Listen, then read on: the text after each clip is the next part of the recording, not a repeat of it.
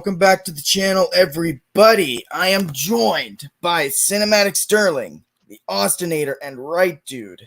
I do want to apologize for getting to this a day late. I did want to have this out on Halloween, but yeah, some things came up, and so yeah. But nonetheless, we are here with our final, hopefully final, definitive rankings of the Halloween franchise. Now that, for better or worse, the newest reboot David Gordon Green trilogy has come to a close, and all of its divisive glory. Divisive being the operative word. But yeah. So, how y'all doing today? Doing all right. Yep. Did y'all have a fun Halloween? Yeah.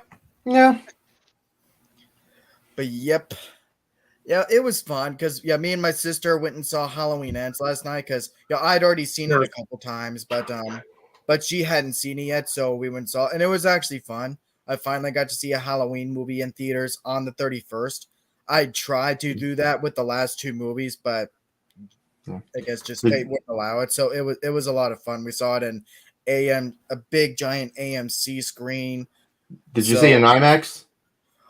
We weren't able to. It was just in IMAX the first few days of its opening. So, but it was still fun though. Like the screen was still friggin' giant. So yeah.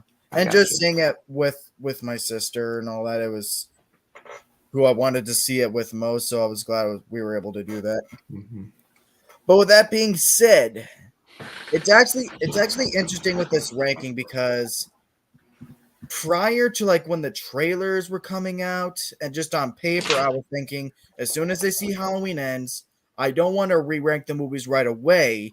Let this movie marinate for a little bit, and then maybe I'll re-rank the movies next Halloween. So that way it sat with me for a while and that I really know how I feel about it.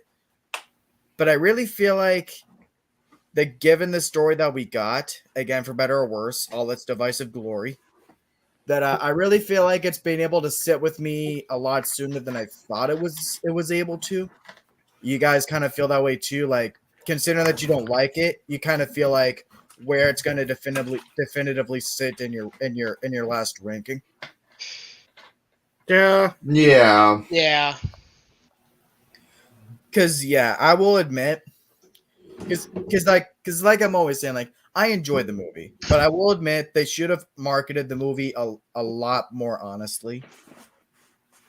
So, but yeah, we'll get into that once we start talking about that movie when we get to that in our rankings. But with that being said, the way it'll go is I will start with my ranking, then Devin, then Right Dude, and then we'll close it off with Austin's ranking. And I will say this. My rankings have actually changed in a few areas as far as some have moved up a little bit for better or worse. A couple have moved down, and it's a bit different. My ranking's a bit different this time. So y'all ready to spin the tires and light the fires? And we each start off with our 13, correct? Oh yeah, so I'll go off with my whole list and then Are we gonna? I thought we were going like your 13, my 13, Rob's 13, Austin's 13. Oh, if that's what y'all want, or if that's y'all want to do it, and because I was thinking like we all each just go with our whole list each time, but if y'all want to do it the other way, that's cool. Yeah, that way there's a little more discussion. We give a little bit more reasons to why we put it in the spot that we did. Yep, and I guess.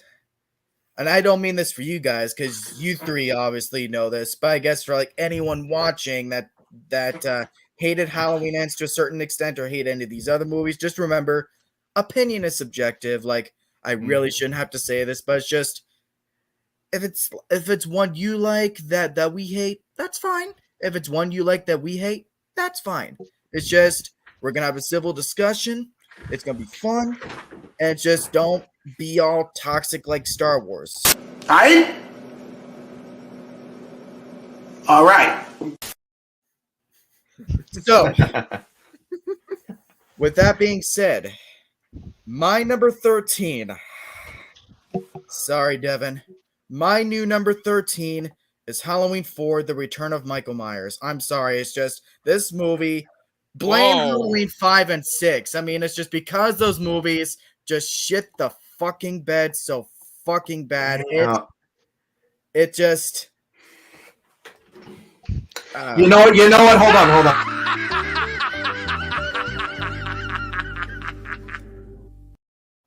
Wait.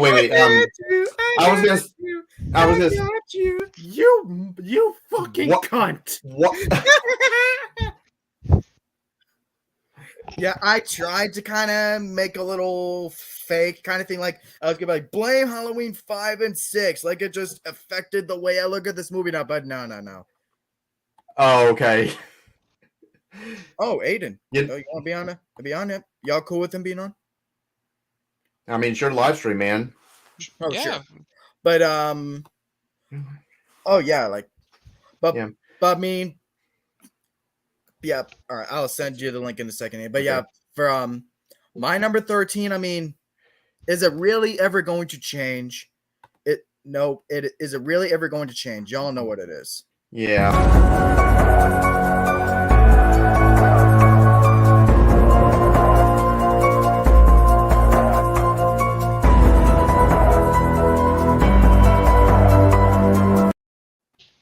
By the way, that's how I'm gonna do it. Like those little clips, and then sir. By the way, Zach, a little bit off topic, but when you were trying to joke with us and say that Halloween 4 was at the bottom, I was gonna play this. Hang on, wait. But yeah, is it? You know what's funny with Halloween Resurrection and the original? It's like how we always say with the originals, like, what can you honestly say about it? It's a fucking classic. The same can be kind of said for Halloween Resurrection. It's like, what more can there honestly be said about this disaster piece? Like, it's just, this has got to be, at least for me, the most disrespectful audience betrayal and undoing of a story arc I have ever seen in any movie. And don't get me wrong, there's Alien 3, and there's, I guess, even technically, as far as this franchise goes, there's also technically Halloween 5. But yeah, this one takes the cake, man. I mean, it's just the levels of disrespect to the Laurie Strode character. You could say what you want about, like, oh, if you feel like the character has been done too many times and all that. It's like we all gotta agree. The levels of disrespect to Laurie Strode and even Jamie Lee Curtis herself, it's just I still have no words. I have not seen this movie since 2018 when that movie was coming out, and I still feel like I have no words. Mm-hmm. It's got to be one of the worst shot movies in the franchise.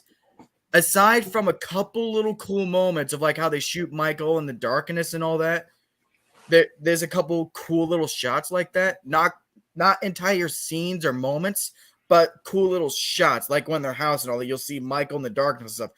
Cool little shots like that. I'll give it that. And I'll even say this. This movie, oddly enough, has a great version of the theme. I would say this may be one of the best scores in the franchise. Best scores. But none of those excuse the piece of shit that this movie is. I'm sure we all agree. Mm-hmm. Has that ever kind of crossed your guys' mind? Just like that this movie, oddly enough, has a great version of the Halloween theme? Honestly, I can't even remember the score in the movie. Yeah. I can't either. If there's I don't remember anything aside from all the bad shit that oddly fascinates me with this film, that is one thing that actually does fascinate with me with this movie is that, again, it's a really good version of the theme and a couple cool moments of Michael's shot in the darkness and all that. But other than that, fuck this movie. All right, take it away, Devin. All right, so for my 13, I don't give a shit about the cult following, no pun intended, that this movie has. My least favorite has always been Halloween 6, The Curse of Michael Myers. Halloween 6, The Curse of Michael Myers. Are you not going to play the thing? Yeah. Zach? I don't have any clips for Oh, okay. Okay. So I don't know what the hell they were smoking to think this was a good idea. Yeah. Like, this is easily one of the most insulting entries in this franchise. Because, like, first of all, my rule has always been the more you explain about Michael's past, the less scary he becomes. And this movie turns it up all the way. Because this is the movie that reveals, oh yeah, Michael isn't pure evil. He's not the boogeyman. He's under the influence of a druid curse. Really? Mhm. And the cult, and this cult has this really stupid, convoluted plan that doesn't even make sense. They have Michael rape Jamie. Like, what? And speaking of like the plan not making sense, if you have Jamie, like this takes place 6 years after Halloween 5. If you have her there the entire time, why didn't you kill her when you had the chance? There's so many plot holes in this movie. The characters, I don't care about them. Kara Strode is bland. She's a horrible mother, by the way. Constantly letting her son run away and get captured. That little motherfucker is one of the most annoying kids I've ever seen in any movie. Mm. Yeah, like the Yeah. Strodes, the rest of the Strodes, they suck. Fucking Tommy Doyle, he's a creepy douchebag, and this is Paul Rudd's first movie, and he sounds like, "Hi, I'm Tommy Doyle, and I was traumatized by Michael Myers when I was a kid, and I'm gonna Michael's work isn't done in Haddonfield. and soon, very soon, he'll be back." And the whole reason this movie existed was just to answer the questions from Halloween 5, and all the answers they gave us were fucking stupid. This is the movie where, in one of the cuts of the movie, Michael is defeated by rocks. And I don't care which cut you say is better. Both cuts suck, but one is better edited than the other. Whereas the theatrical cut has all those annoying flashy transitions. Like, this movie does not work in any way. It's not scary. It's boring. The editing is awful. It's just a waste of time. And I know it tastes subjective, but I will never understand how anybody could sit here and say that's a good movie. And talk about a disrespectful way for the great Donald Pleasance to go out. Yeah, especially since the character was being done good again after Halloween 5. It's just the way he went out was fucking bullshit. Yeah. Yeah, that's all I have to say. Okay. Fuck Halloween 6. Yep. Alrighty, right, dude. Okay. Surprisingly, my worst Halloween movie is also the Curse of Michael Myers. I mean, Devin pretty much said it all. I mean, the fact that this was honestly very disrespectful. This was honestly just insulting. Both cuts, I mean, it's pretty much like a what kind of poison do you want to kill you? It's like one is like poorly edited while the other one is just more stupid. Michael is defeated by rocks. And Tommy Doyle, he's just so annoying, and the characters are just awful. And the fact that I hated what they did with Loomis in this. I hated what they did. And the fact that the last thing we had to ever hear Donald Pleasance say in any feature film before he died is him screaming. And that's in both cuts. Sorry. Fuck this movie. I mean, Devin's already said enough, so he took the words right out of my mouth. Fuck this movie. It can go to hell. For all I care. Movie go to hell. It go to hell and die. Alrighty, Austin. Oh, my number 13. Oh, you boys are gonna be shocked, right? Now, Oh, boy. this movie is the most disrespectful, most disgraceful thing that's come out of this franchise. Guys, I'm sorry to say, my number 13 is Halloween 6: The Curse of Michael Myers. Listen, I'm gonna be quite honest with you. I would agree that Resurrection could be worse. However, there's one cardinal sin Halloween 6 does. At least Halloween Resurrection is one movie. There's two different versions of Halloween 6, and they're both equally as bad. Now, Yep. this movie just disrespects Jamie Lloyd. It literally to the point where it kills her. Whether she gets shot in the bed or just dies in the farmhouse, which both are dumb. Paul Rudd in this movie just sounds like he's reading from like a cue card. He's just like, "Hi, I'm Paul Rudd. I'm in this movie.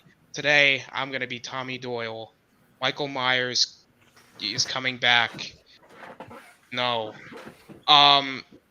Yeah, the way Loomis goes out is bad. Like, the way he just screams at the end. Like, the ending of Halloween 6, like, the theatrical cut, it's like, okay, you can at least interpret it as, alright, he dies, but then the producer's cut is really stupid because he gets the thorn tattooed on his wrist, which is like, well, wait a minute, where in the hell did he get a thorn tattoo?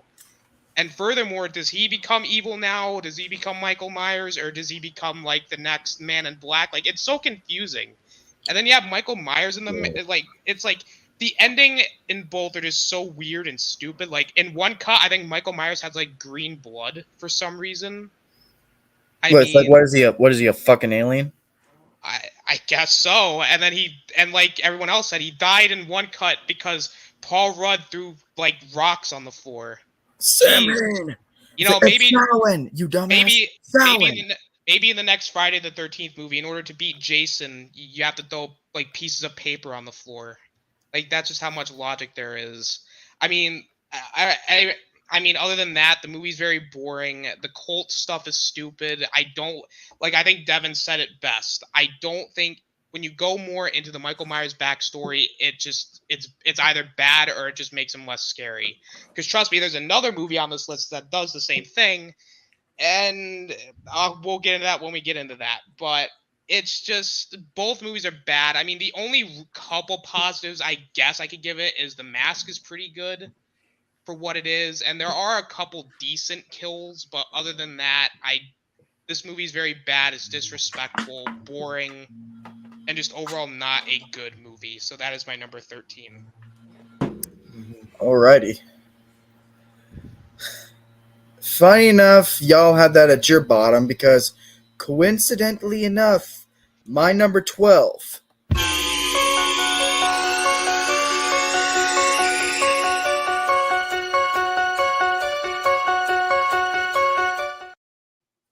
Halloween 6. It doesn't matter which cut of this movie you watch. Either version you get is messy, sloppy, and disappointing. But I will give the movie credit. I at least have more of a bias towards the theatrical cut, not just because I've seen it, not just because that's what I kind of grew up with and I saw that version more, but it's just, aside from the sloppy editing and all that, it at least tries to cut out the incest bullshit, a lot of the insane devil cult bullshit, and it at least tries to salvage the third act. It's not good, but I actually consider this to be the better version of the two, which is fucking sad because when I was watching the producer's cut, I was actually thinking it was going to be better because I appreciated that it was more competently edited, the score was better, I appreciated that Loomis had more scenes. But then they actually went full on fucking crazy with the devil cult in the third act, and it fucking killed it for me. And it's just the ending and the producer's cut. That's the funny thing, isn't it? The producer's cut is technically the more competently made, better explained version, but it has the worst ending between the two. Mm-hmm. Because at least in the producer's cut, I mean, in the theatrical cut, you could give them credit. They at least tried to salvage it and make it feel more like Halloween. You get a chase scene, you get some gore, you get some kills. It's not good, but at least they were trying to salvage something.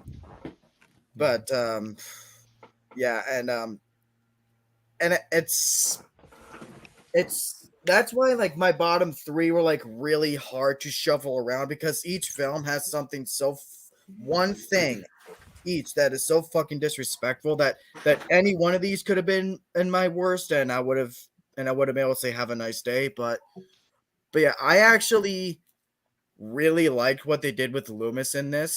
Like in the beginning and as the movie is going, I actually think there was a return to form for Loomis's character. It's just the ending that I didn't like.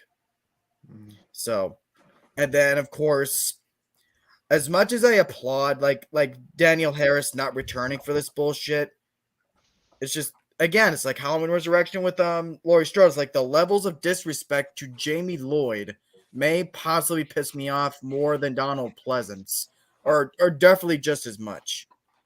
Cause I mean, for one, she's a fucking kid. And in either version, you give her the most brutal fucking over-the-top death. Okay, maybe being shot in the hospital bed isn't as bad, but you get the point. So, I guess y'all kind of got it down to awful characters, shoddy acting, aside from Donald Pleasance being the only one doing a good job. And so yeah, not much else I can say. Either version of this movie you watch, it's a fucking train wreck. Alrighty. Number 12, Devin? So my 12 is actually Halloween Resurrection. Because, like, yes, you could argue this is the worst. You could say this is the worst, but Curse just angers me a lot more. Whereas this movie, it's unnecessary. It's fucking boring. Yep. I nearly fell asleep when I first watched this movie. I was on my half the time I was on my goddamn phone. Yep. The story is stupid. It's a big fuck you to Jamie Lee Curtis because H2O was her idea and they fucking squandered it because they have to have money. We've got to have money. Like the reality show story is stupid. The writing is awful, such as I got one word for you, Freddy. Product placement. That's two words, you dumbass. That's exactly what I said in my review. Oh. But like the characters, they're all bland, forgettable, annoying. I don't remember anyone's names. Busta Rhymes is an annoying douchebag. I couldn't fucking stand him. Then he had the scene where he's dressed up like Michael, and instead of Michael just killing him, he just walks away. And then the movie ends with Michael being defeated by Kung Fu. Trick or treat, motherfucker! Like, motherfucker. Like, it's just Resurrection. It's just boring and unnecessary. Why was this made?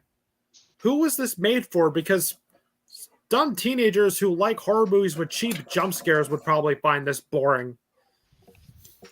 It's like my 5-year-old nephew would find this boring. It's like, yes, this movie sucks, but it's not Curse levels of awful. Fair. Mm-hmm. Okay. All right. Rob? Well, weirdly enough, mine is also my number 12 is also Resurrection.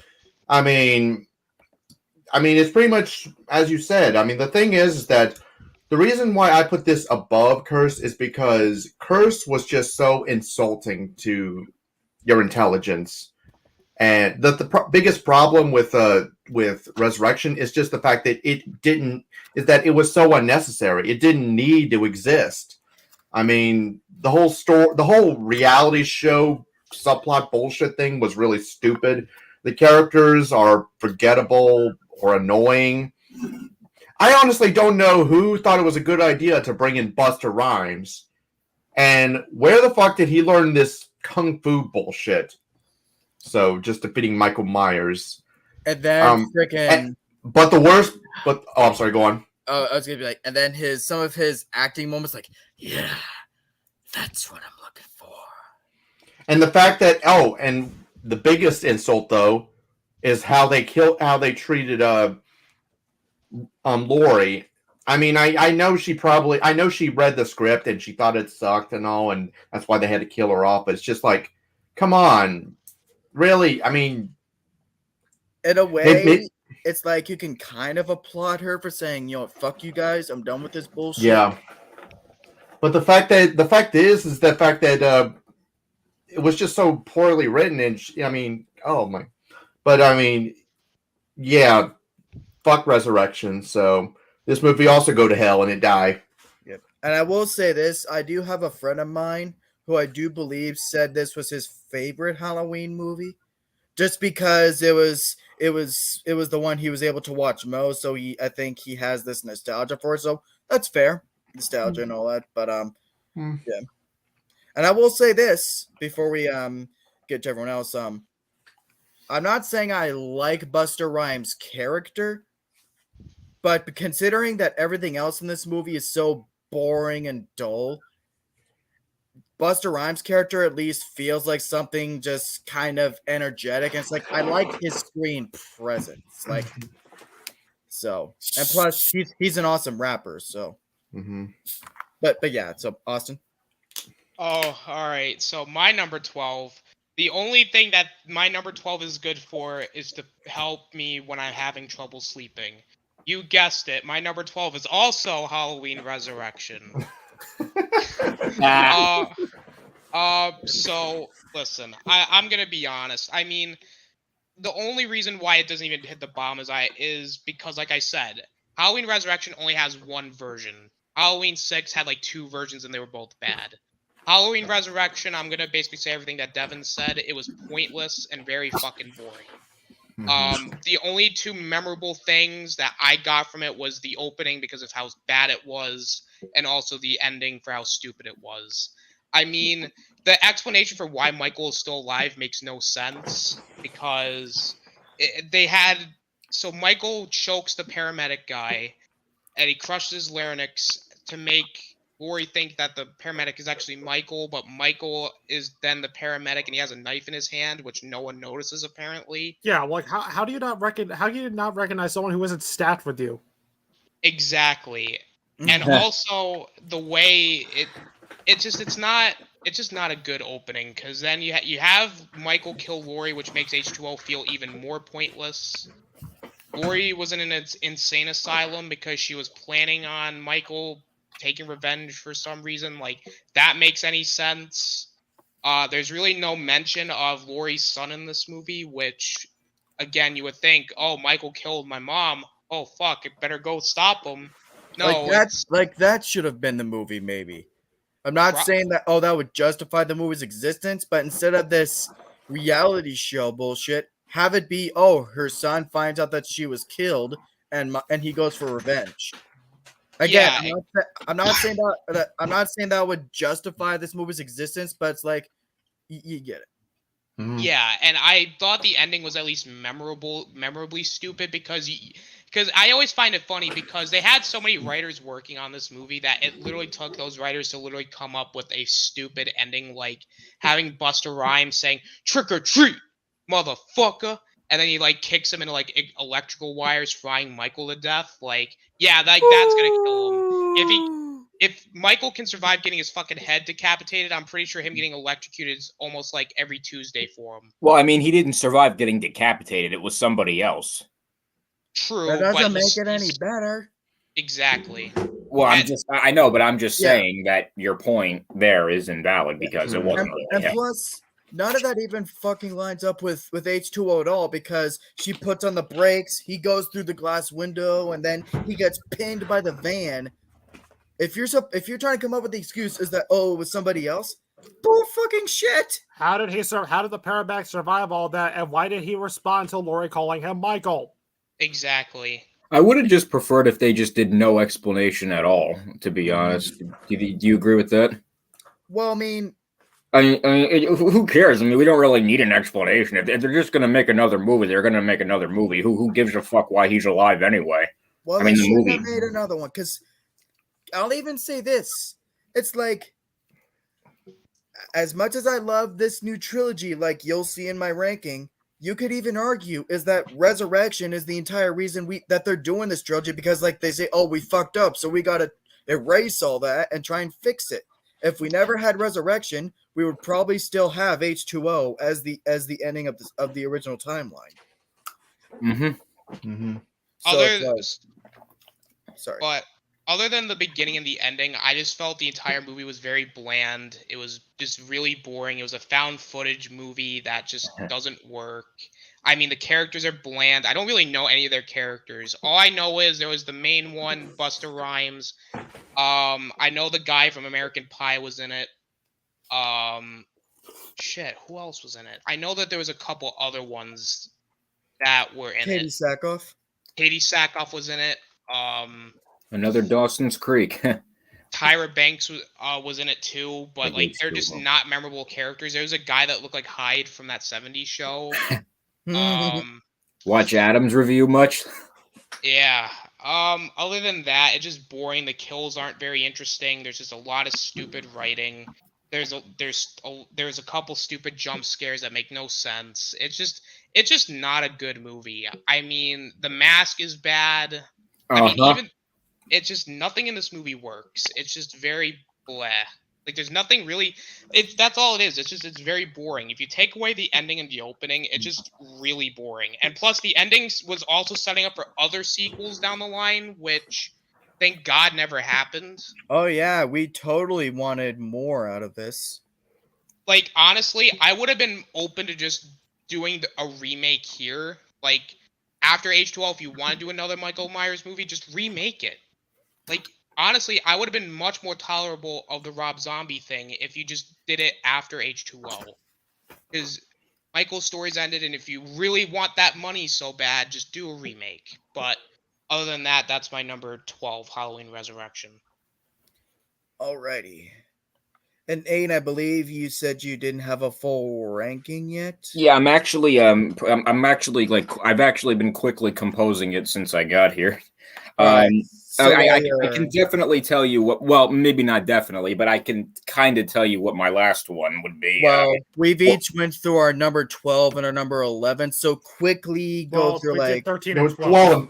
12 oh, and number 13. 13. Yeah, number 13 and number 12. So quickly recap Okay. for us like what your 13 and 12 are. Okay, my number 13 would probably either be Rob Zombie's Halloween 2 or Halloween Resurrection. I'm honestly leaning more towards Rob Zombie's Halloween 2 because while I do hate Resurrection, honestly, it's at least shorter. It doesn't try to be anything it's not. And what else? Fuck. What was the other thing? Oh yeah, and it's not as unpleasant to watch. Like it's not as it's not like really loud and obnoxious. Like I hate what Rob Zombie did with he basically like fucked Michael Myers, Laurie Strode, and Dr. Loomis up the ass. He made Loomis an unlikable asshole. Laurie Strode too, and he made Michael Myers look like a homeless Santa Claus. And everybody in the movie, like pretty much just like in Rob Zombie's first movie, is just like an unlikable, foul-mouthed redneck. We don't care if they die, and just like just bad writing, bad characters.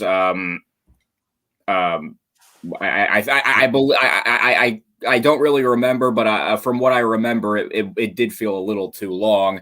Yeah, just unlikable characters, bad writing, complete disrespect of the legacy characters, and and loud and obnoxious. You can't forget that. And Halloween Resurrection, pretty much for the same reason you guys said. Like, it shits all over H2O. They come up with an incredibly contrived reason for why Michael is still alive. That they didn't even need to do that because they could have easily just ended it with H2O. And what else? Oh yeah, they kill Laurie Strode.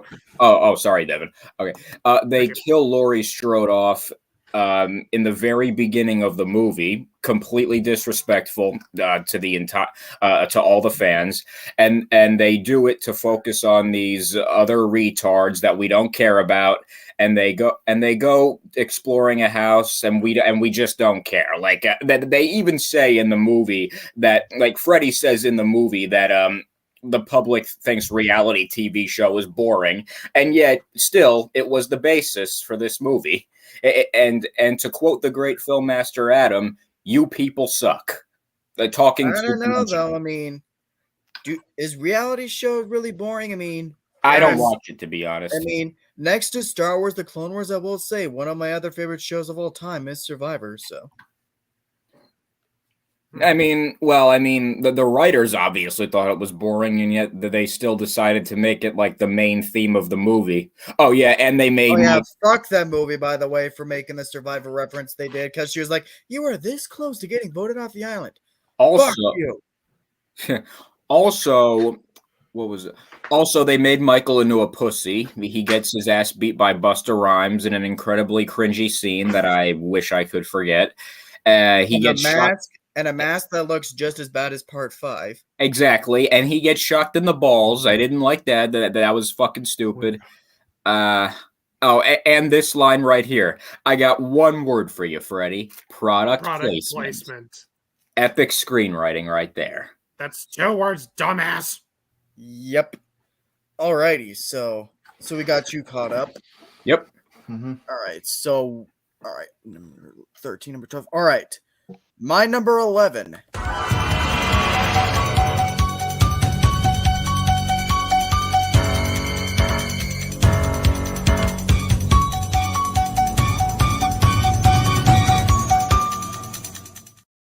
Halloween 5.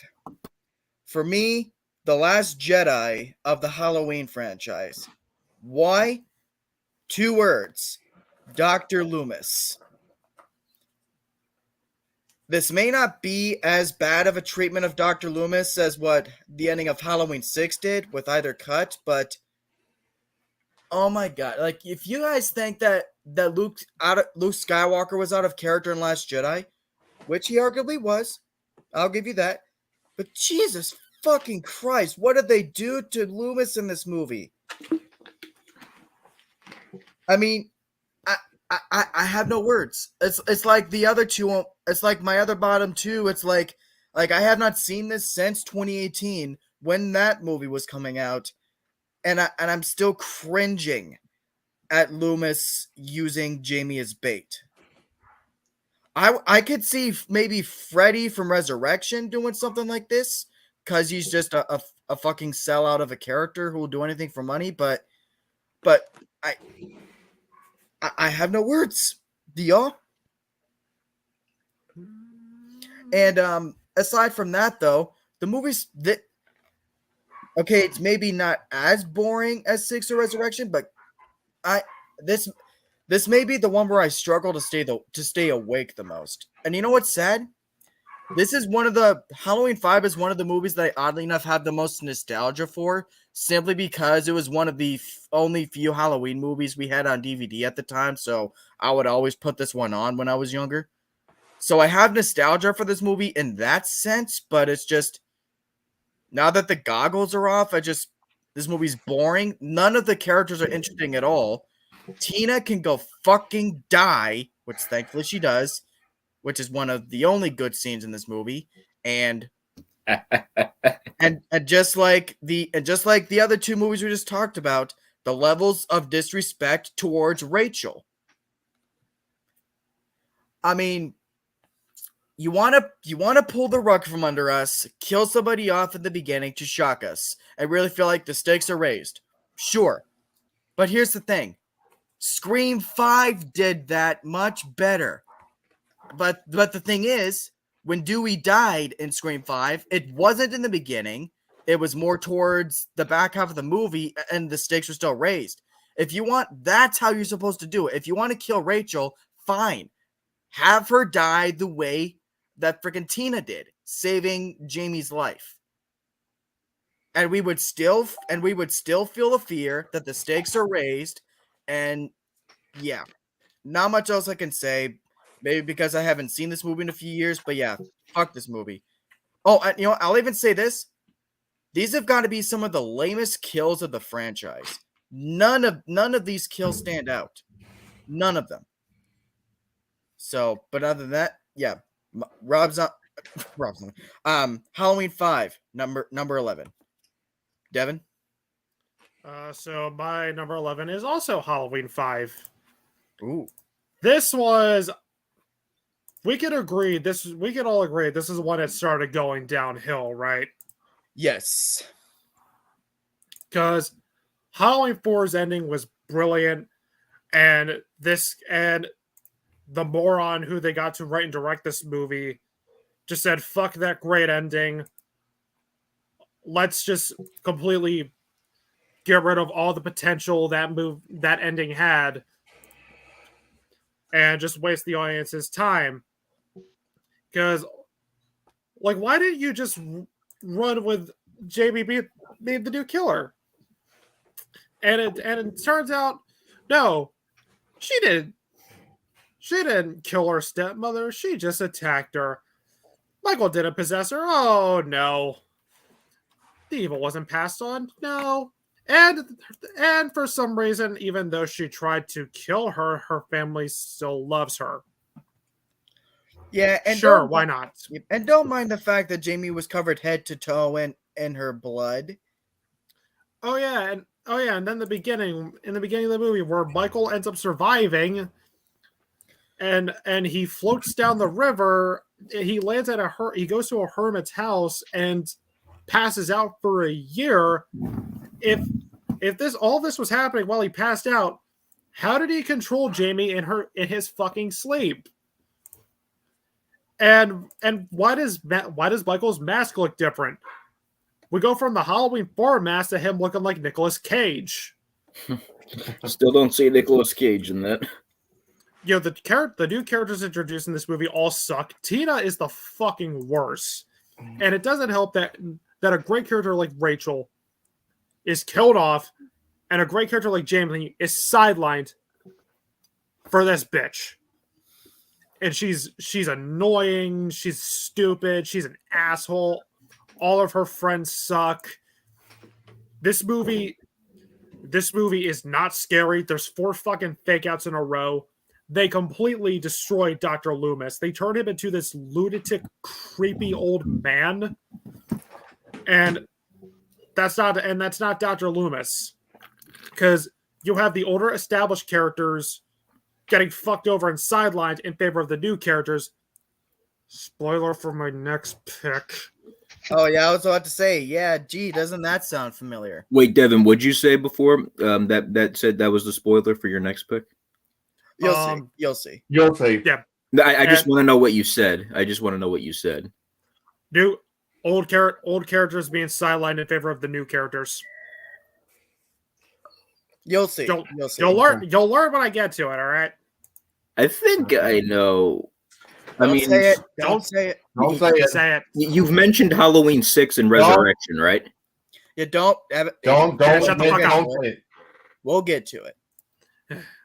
And then this movie is just trying to set up Halloween 6 because, again, the director of this movie clearly didn't give a shit, and he had no plans of doing a sequel. And he's like, "Oh yeah, I'm gonna throw this in and this in and this in," and someone else can explain it. Oh, or maybe you were gonna bring up anyway, but I should have brought it too. The fucking Myers house. Yeah, like where did this gothic mansion come from? Like, what the fuck? Like, I don't get this movie. And Halloween 5 could have been the worst up until that point, but then Halloween 6 beat it to the punch. Mm-hmm. Okay. Fuck Halloween 5. All right, dude. Okay. Well, I'll be honest with you. I was honestly trying to flip-flop between my number 11 and my number 10, trying to figure out, because both of them, I hate both of them, but I was trying to think which one kind of bothered me more. And this is honestly going to surprise you, and I'm pretty sure I'm going to break somebody's heart. But my number 11 is Halloween Ends. So,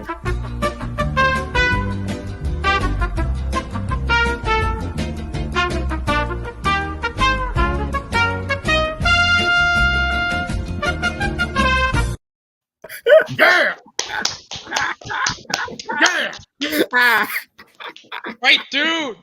You're the man. Okay. I'm kidding. I'm fucking. But I I'm mean, but yeah, but yeah. I mean, I'm the thing I'm is that fucking with you. yeah, but the thing is that I'll explain why why I put this one below my number 10. But the thing is the fact that the advertisements, they all lie to you. I mean, if you've seen the movie, you think it's all some big epic fight between Laurie and Michael, but it's like instead we have to focus on a character that's not even interesting at all. That's not interesting. This Corey, whatever. I mean, it just seems like it's and Michael's hardly in the movie at all. Michael's hardly in the movie. We don't see him until 40 minutes in, and oh my god. I mean, this is just this. Honestly, the thing is, the reason I put this a little bit lower is because this should have been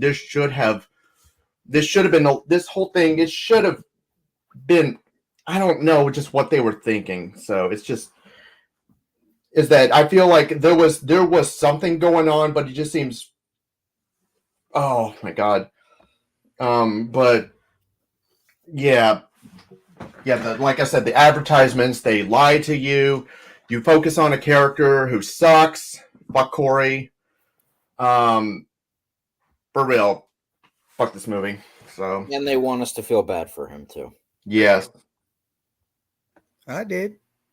I mean, I did until he started. We'll get to it. Mm-hmm. But yeah. I mean, Alrighty. fuck this movie. Austin.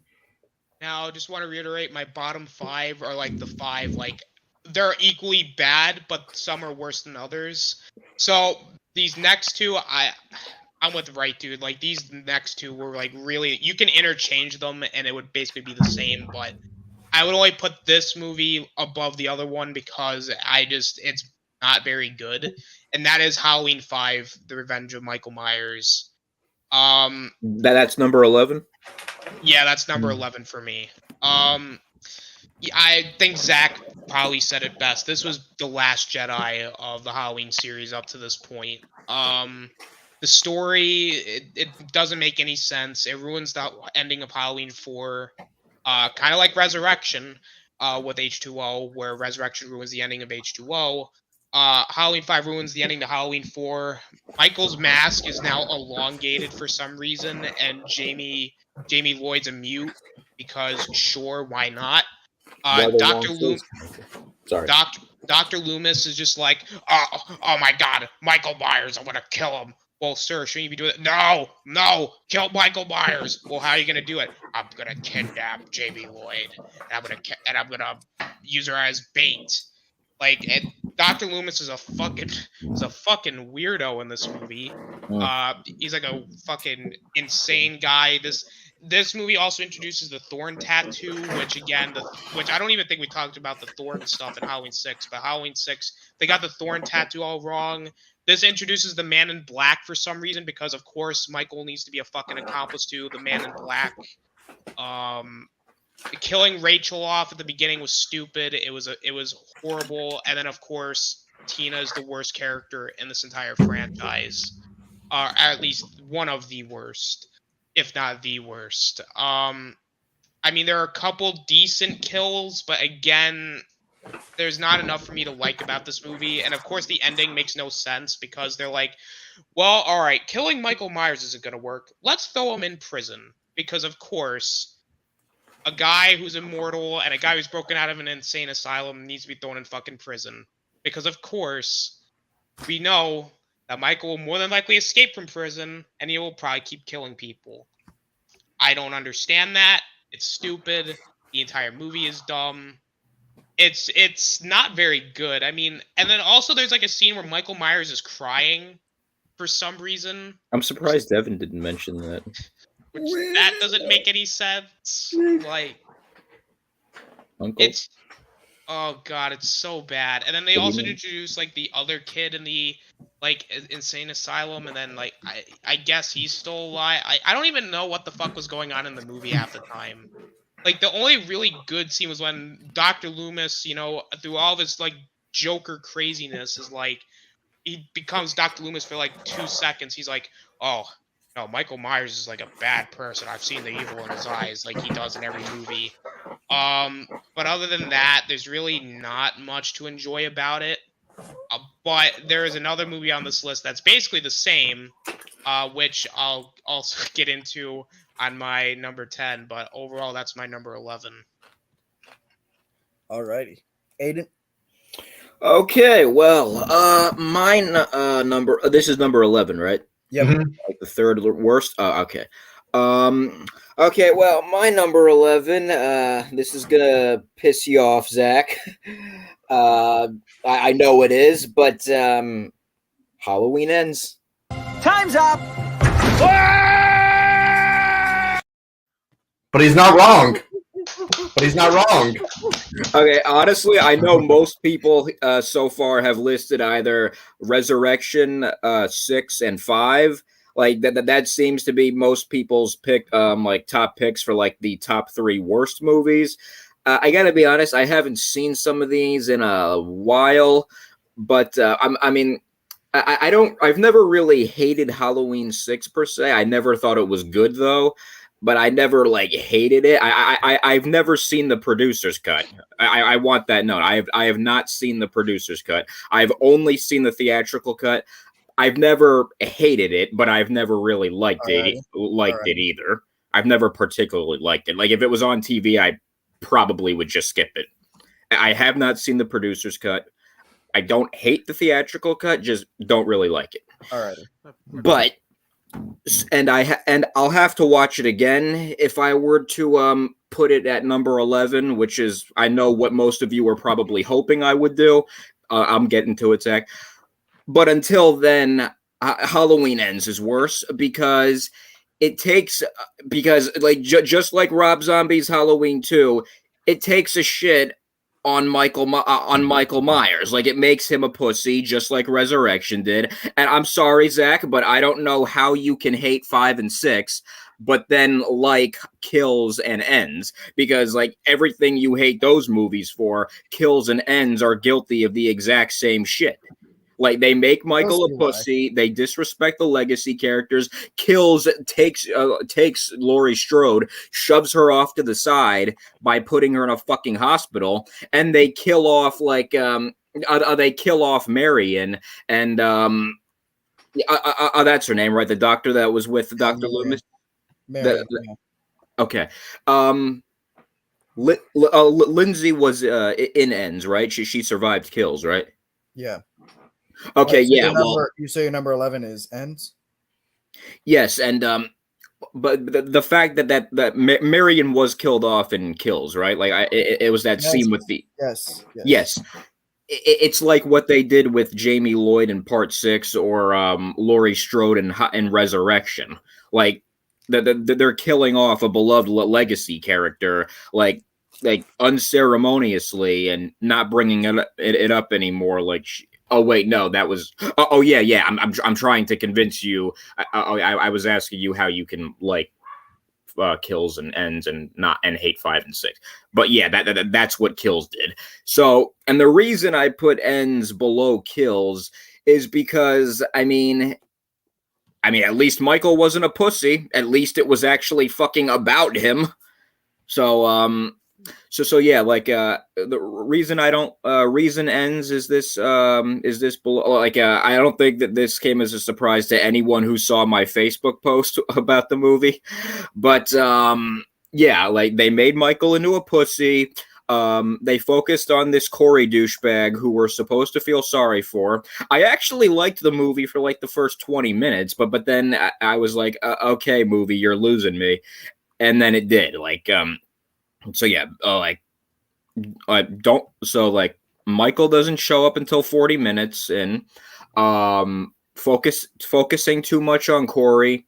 Corey does all the cool kills instead of Michael. Michael a pussy. I don't know if I mentioned that. I don't know if I just listed one of those off yet, but yeah. What else? Yeah, that's it, I guess. I'll let you know if I think of anything else. Alrighty. And I want to preface it for this, at least for how my ranking goes. My bottom three are the ones that I would go negative on. Those are the ones that I hate, that I despise. So from here on out, from 10 onward, I would go positive for the most part on the rest of these movies. Not that say that the rest of these are all great, that I love every single one of them, but the next two or three is like they're okay or they're good. But for the most part, the rest of these movies I would go positive for the most part on. So, despite some issues, don't worry, and I'll get into them. So, with that said, my number 10.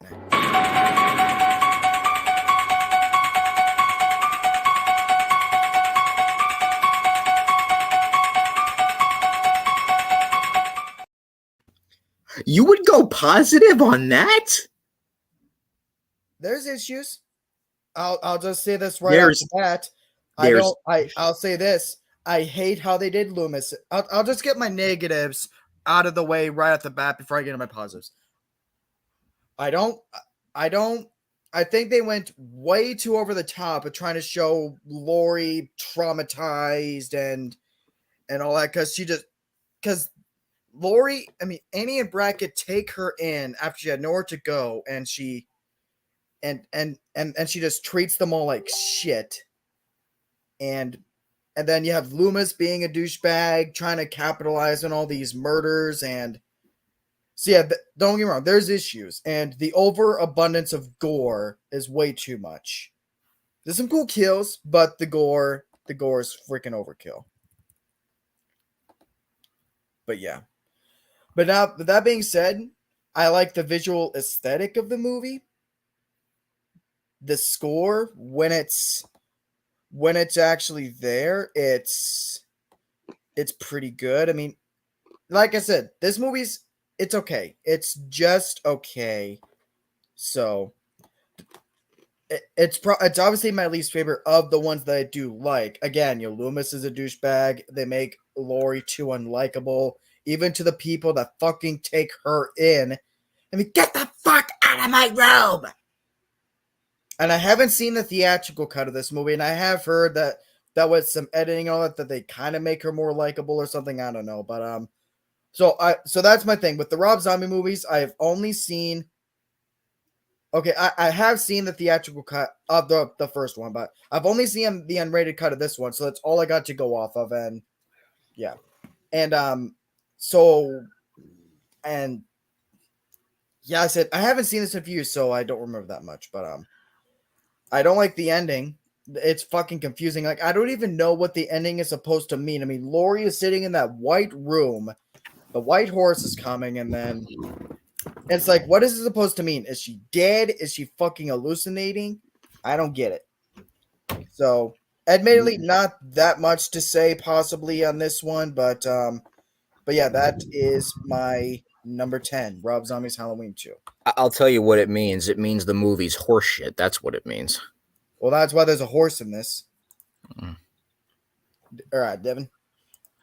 All right, so my number 10 is Michael and Robin, or The Marvelous Adventures of Corey Cunningham.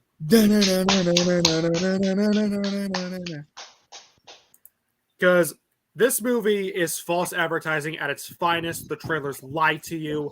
Yep. Laurie Strode and Michael Myers are sidelined in their own movie in favor of this new guy, Corey Cunningham, who's not even an interesting character.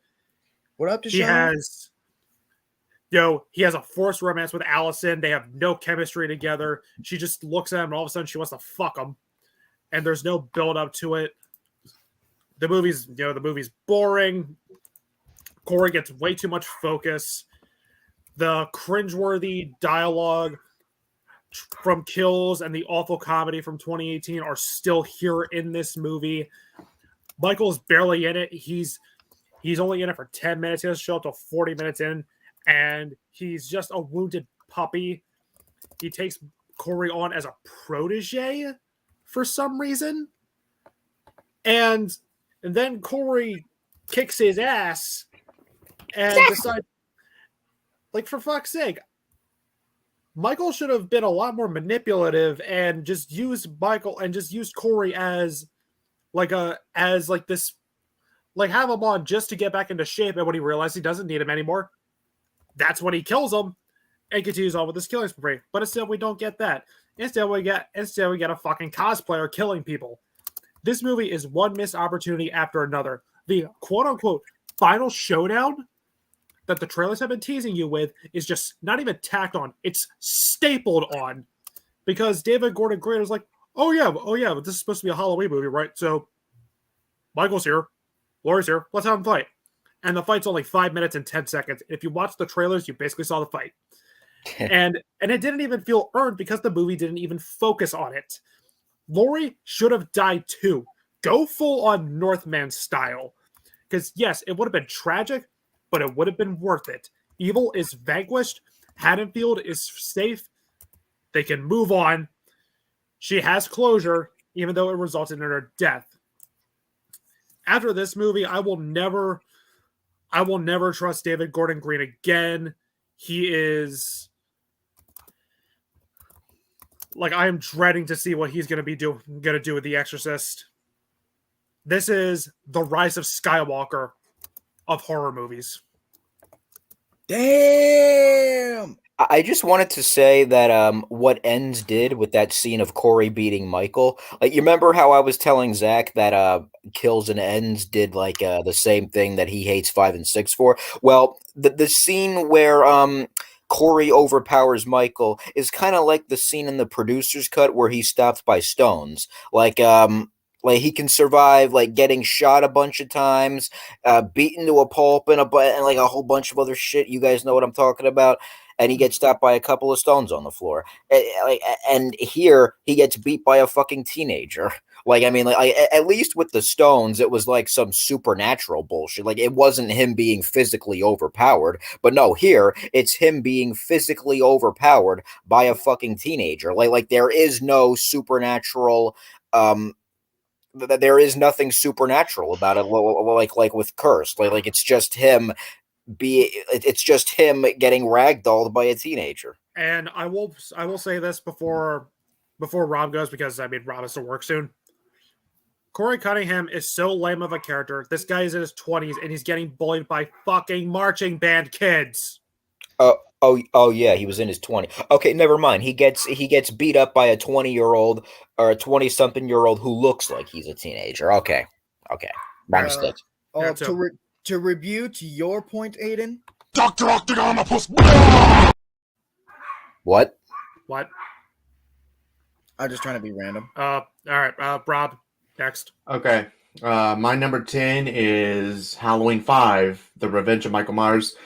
The reason I put this one above Ends is because at least this one, they were honest about at least you do have more Michael in this one than you do, because I mean at least the advertisements give you what you expect.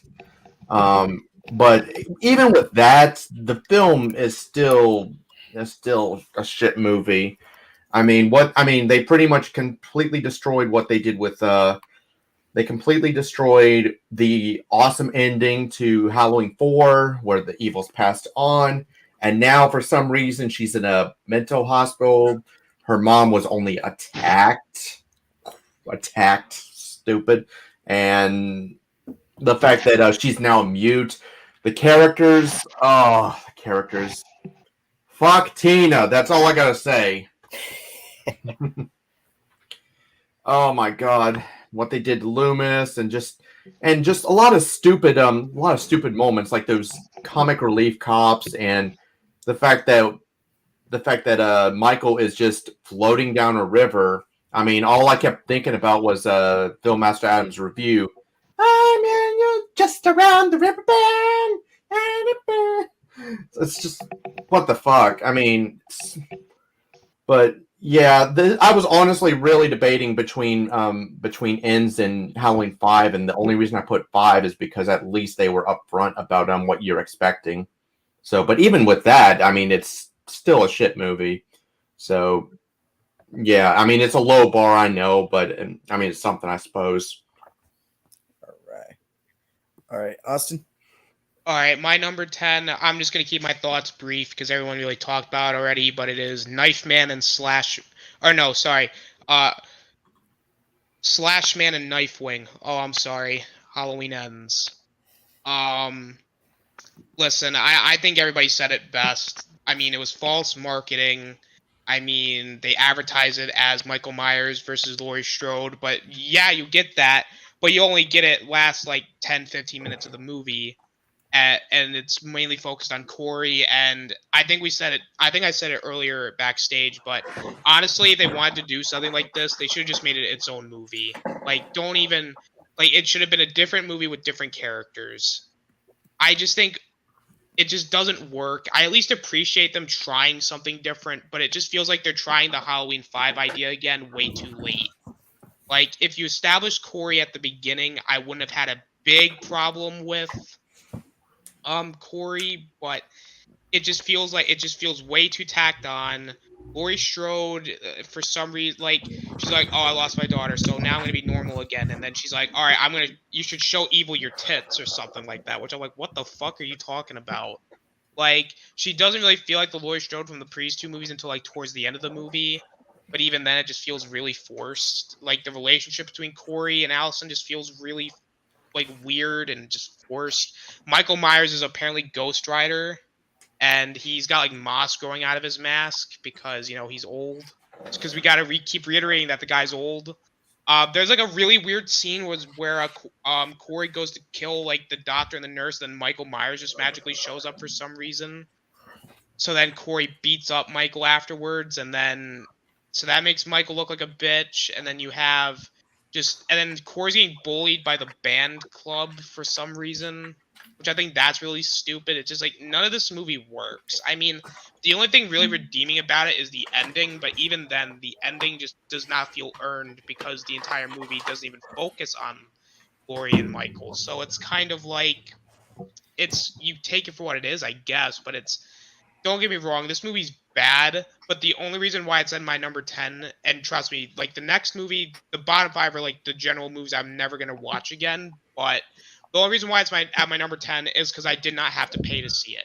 If I had to pay to watch this movie, this movie would have been much lower, but so that kind of factors into it. Like, I had to pay for the box set of the Halloween movies, and it was way more expensive than to watch Halloween Ends, so it's my number 10. Alrighty.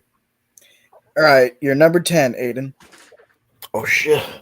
I gotta look at the ranking. I don't remember. Oh, there it is. My number 10. Again, this could change upon a few rewatches, but for now, excuse me. Yeah, sorry, but for now, it's Halloween Kills.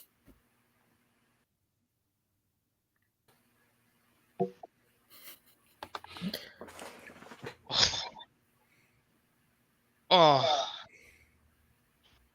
What's the matter, Austin? Do you disagree or something? No, I'm just looking All right. at Zach's reaction, just be like, oh. I thought Zach was gonna just do a bit. That's why I'm not going into it. Okay. Anyway, I put it above Ends because at least Michael's in it. You got him doing some cool things, even if it is incredibly stupid, like and unrealistic. But at least they went the full Jason Voorhees route with this one. I am saying good things about it, but yeah. But other than that, the movie's garbage. I'm sorry. Like it's a mess. Like it's all over the place. It kills off the legacy character. It kills off only one. I can't remember if Tommy Doyle died in it. Like I did. He did. Brackett died. Tommy died. Annie, Marion died, and Lonnie died. Those are the legacy characters that died. Wait, but Brackett died in that movie? I don't even remember that. See, I can't remember all this shit. Okay, so yeah, but Brackett did die though. Yeah. Okay, so yeah. His throat was sliced. What's up? His throat was sliced. Oh yeah, he and Tommy died at the end, right? Yeah. Okay, so yeah, they kill off Marion in that stupid scene where like the nurse like shoots herself in the head after like Michael opens the door or some shit. That was funny as fuck. I mean, like but this shouldn't be the kind of movie where you're laughing at unintentionally funny shit. I mean, I'm pretty sure that was unintentional. Anyway, yeah, like the movie's all over the place. The writing is crap. The angry mob plot didn't make any sense. Like, why do they chase around that that one mental patient? What's in the private jet? Yeah, why do they chase that mental patient and think he's Michael Myers? Like, why do they think that? Because they have a message to get across. What? Because they have a message to get across. This is Zach, everybody. He has terrible taste. What is that message exactly? To like, if an escaped mental patient goes on a murderous I'll get rampage, into it you should when immediately go around blaming anyone you see with mental health issues.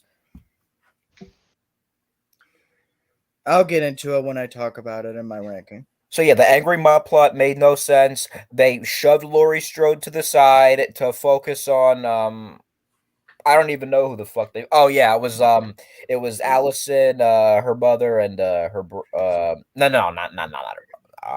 Her boyfriend. And yeah, the mob made no sense. Why do they want to kill? Why do they think the mental patient's Michael Myers? Marion killed off unceremoniously. The kills are while they are creative, the gore is a little overdone, and it feels like it's more all about like it feels like it's just more about gore than like actually trying to create anything unique or like it's basically quantity over quality, like with the body count. And am I missing anything? Do you guys think? I feel like I haven't. I don't think so. The people who didn't like the movie, I mean. I'll get into my points. Okay, yeah, I guess that's it for kills. Alrighty then. Alrighty, my number 9.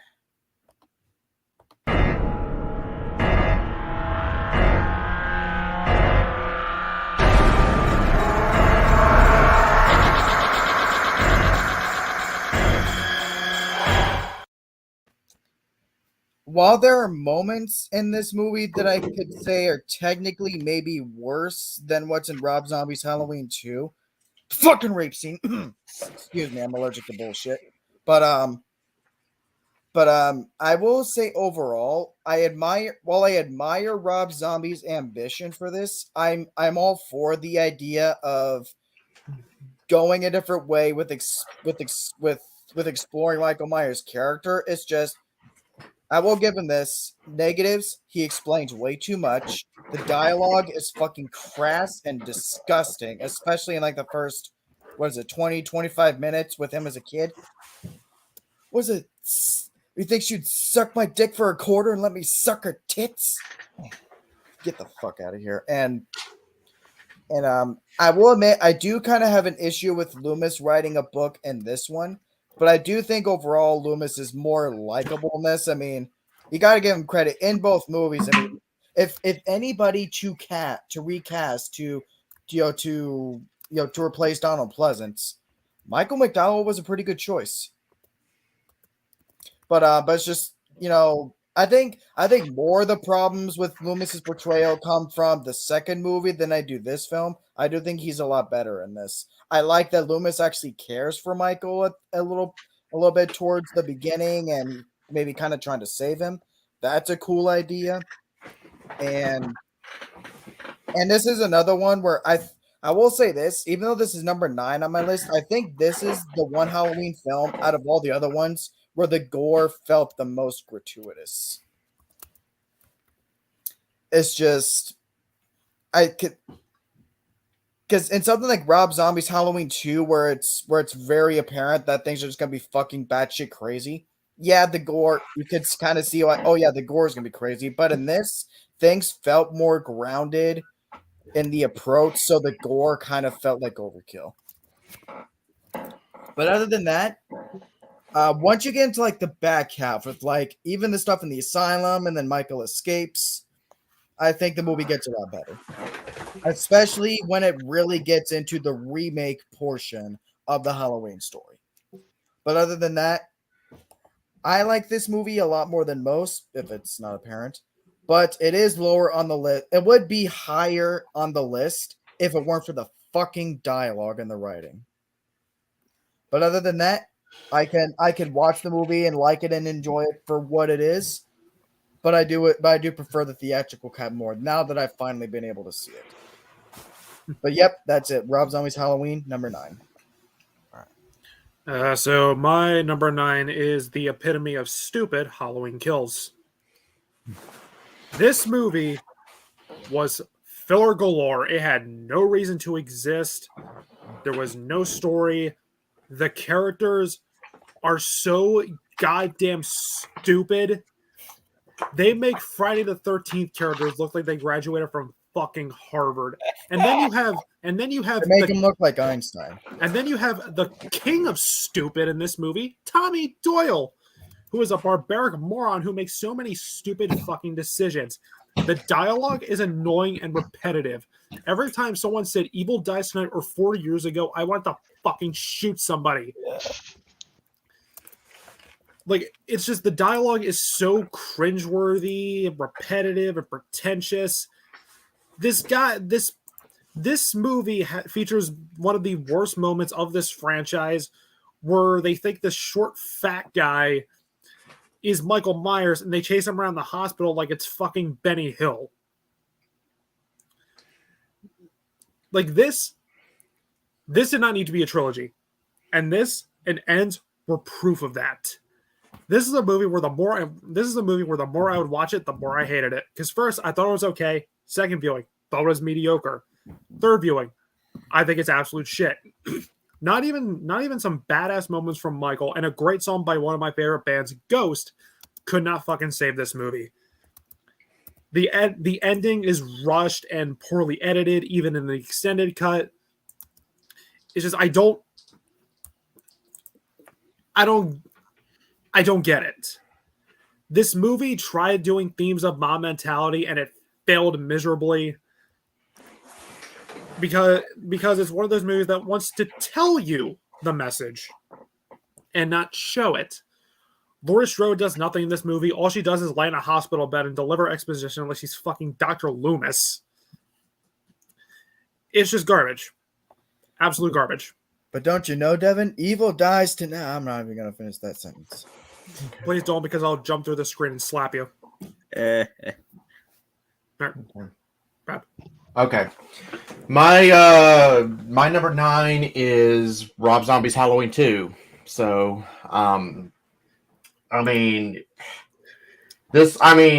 is that I'm not really a fan. The thing is about this one is just the fact that just how irritated it made me. I mean, there were so many stupid scenes in it. The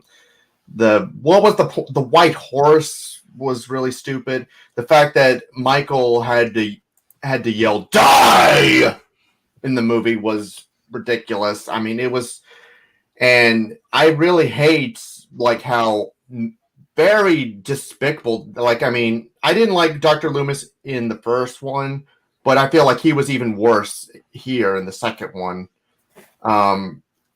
This is a movie that I just really don't have any plans on watching again. So I'm just keeping all my reasons. I'm just keeping everything brief because I have to leave in about an hour. So yeah. Rob Zombie's Halloween 2 is my number 9. Alrighty. Yeah, we should try and keep our descriptions brief. Yeah, so that it doesn't go on for 3 hours. Yep. Alrighty. Awesome.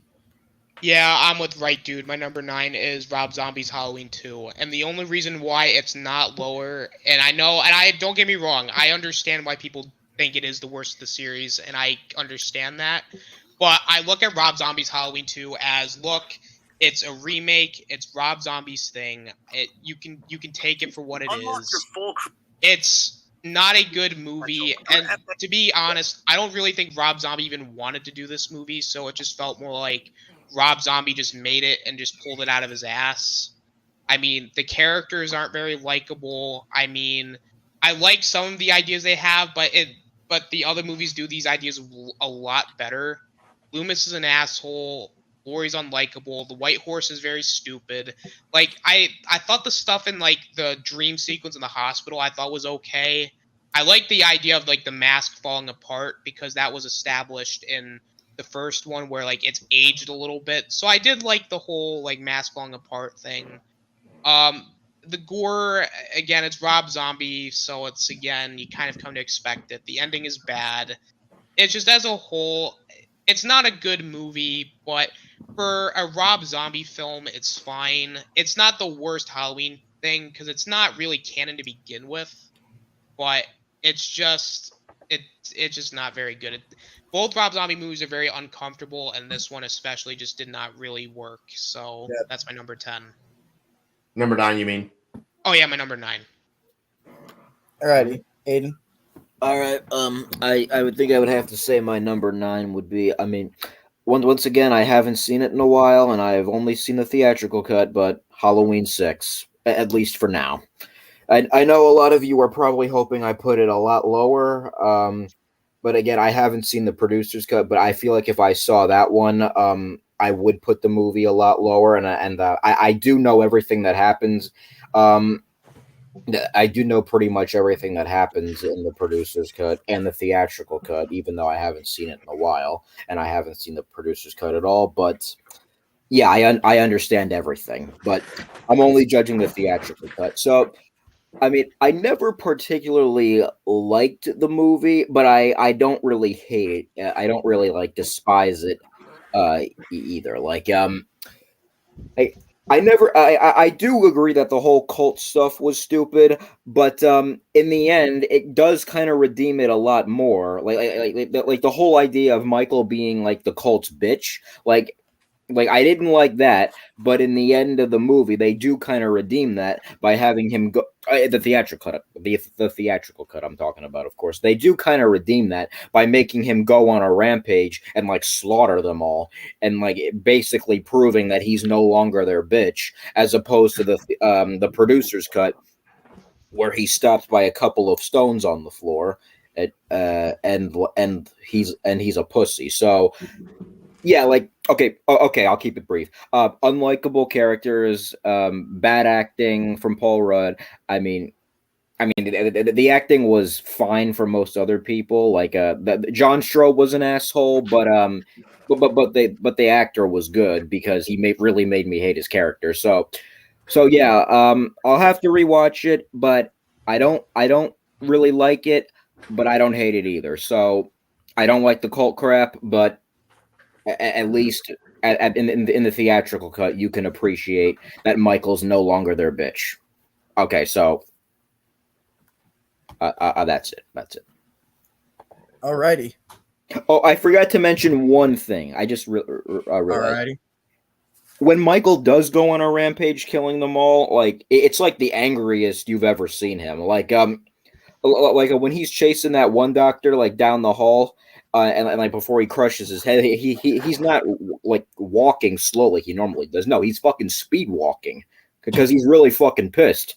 Like that one woman in the movie with the stab wound in her stomach or whatever. She says he's back and he's very angry, and boy was she right, because you really get a sense that Michael was really fucking angry in this movie, and he's really intimidating. So yeah, that's probably. I haven't seen it, but judging from that, it seems like at least the ending of the theatrical cut is better than that of the producer's cut. I'll give you that. Alrighty. So my number 8 may either agree and you may feel like, oh, that feels right, or it may be like, it's only this low.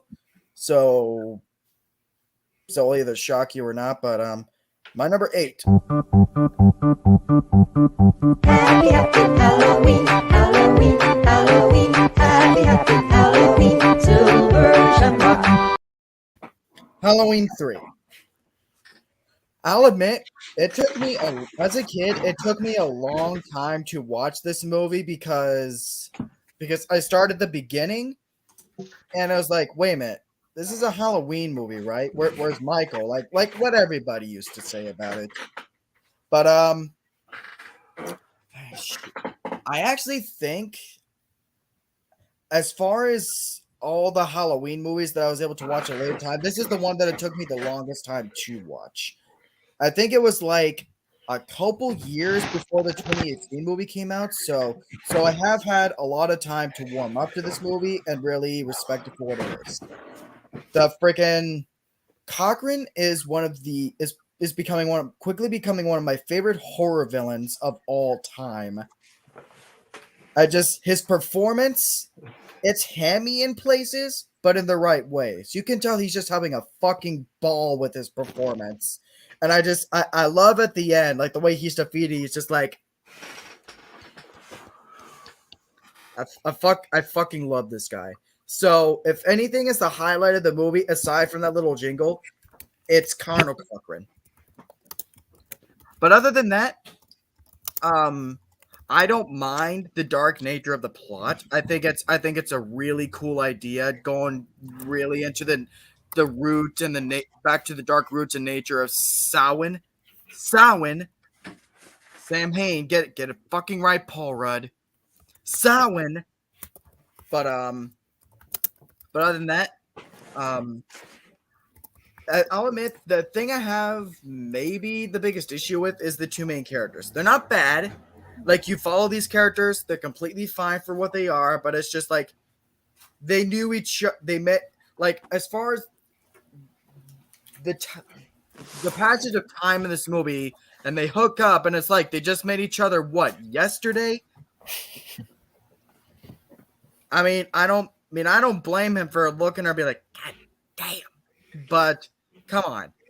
At least a Disney princess has like 3 days to fall in love or something. That's his motivation. What's his motivation? Pussy. Fuck her in the pussy. And Charles, everybody. But other than that, it actually surprises me, and in a specific way, this movie kind of really went back to the roots of the original, even though it's not connected. Aside from that one moment where like the robot rips the guy's head off, there's not really any gore in this movie, and I actually kind of appreciated that about it. Because given the nature of the story, what they're trying to go for, a lot of any more gore would have been overkill. So I like that it was more psychological and about the building dread about what Cochran is trying to do. I like they focused more on that than just a bunch of jump scares and gore. So other than that, not really much to say other than that this is an underrated horror classic, and that it's sad that there's still people out there that say that this sucks because Michael Myers isn't in it, or that I won't watch it because Michael isn't in it. But just give it a fucking chance. It's just, yeah, this movie's underrated. Even though it's lower on my list than it might be for some of you guys, I do like it a lot, and it is my number 8. Devin. So my number 8 is Rob Zombie's Halloween 2. Now, yes, this movie is bad. Like with this last movie, the dialogue is absolutely cringeworthy. Like, what up, dick lickers? Who said I wasn't into water sports? A little golden shower. Like that shit is awful. Loomis is a dick. In fact, I prefer the Halloween 5 Loomis over this Loomis, because at least Halloween 5 Loomis, the goal was still there, whereas this guy just cares about making money. Laurie in the director's cut is a whiny, obnoxious bitch. The gore and violence is over redundant. But at the same time, I kind of admire both of Rob's movies for taking risks and trying something new. The visuals in this movie are very strong. I liked the dream sequences. I found Annie and Sheriff Brackett to be very likable. In fact, Sheriff Brackett walking in and seeing Annie's dead body is easily my favorite scene in the movie, because Brad Dourif nails it. It just, with all the good moments and all that, it just really makes you wish it was all in a better movie. Yeah, Mhm. exactly. You know, the dream sequences. Yeah, they don't need to be there, but I thought they looked really cool. I didn't mind Myers' hobo look because it does make sense. And of course Weird Al's in the fucking movie, Mr. and it's Wheel. Weird Al. But Mr. Wheel. it just the movie doesn't work. I don't think it's a good movie, but I find it a lot more interesting and fascinating than any of the bottom 5, just because those movies don't fascinate me. They annoy me. They anger me. Whereas these, I'm like, yes, it's bad, but I'm kind of admired by it, which is why at the end of my rant and ramble of this movie, I recommended both Rob Zombie movies to my audience. But that's all I have to say about that movie. Alrighty. Okay. Rob. All right. My we're at number 8, right? Yep. Okay. My number 8 is the first Rob Zombie's Halloween. So, I mean, Devin has I know I probably could have mentioned this like sooner, but I want to bring up something that Devin had mentioned. The more you explain about Michael Myers, the less scary he becomes. It's like, why did we don't need some kind of stupid backstory kind of thing? And the fact that it's just, I mean, and the fact that the dialogue is very Rob Zombie cringe.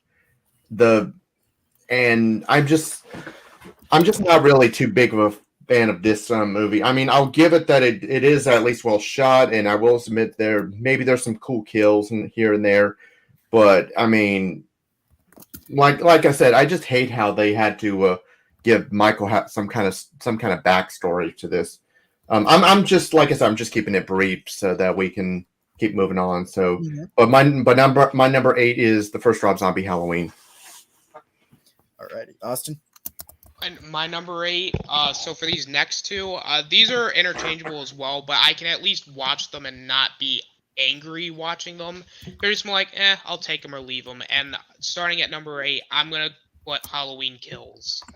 And the only reason why I'm putting Halloween Kills at number 8 is because I actually, some of the stuff doesn't really work. Like the whole, like them chasing down the mental patient because they think it's Michael Myers. I just think there are good ideas. I just think some of them don't really work. The dialogue, like some of the same problems from 2018 are kind of here.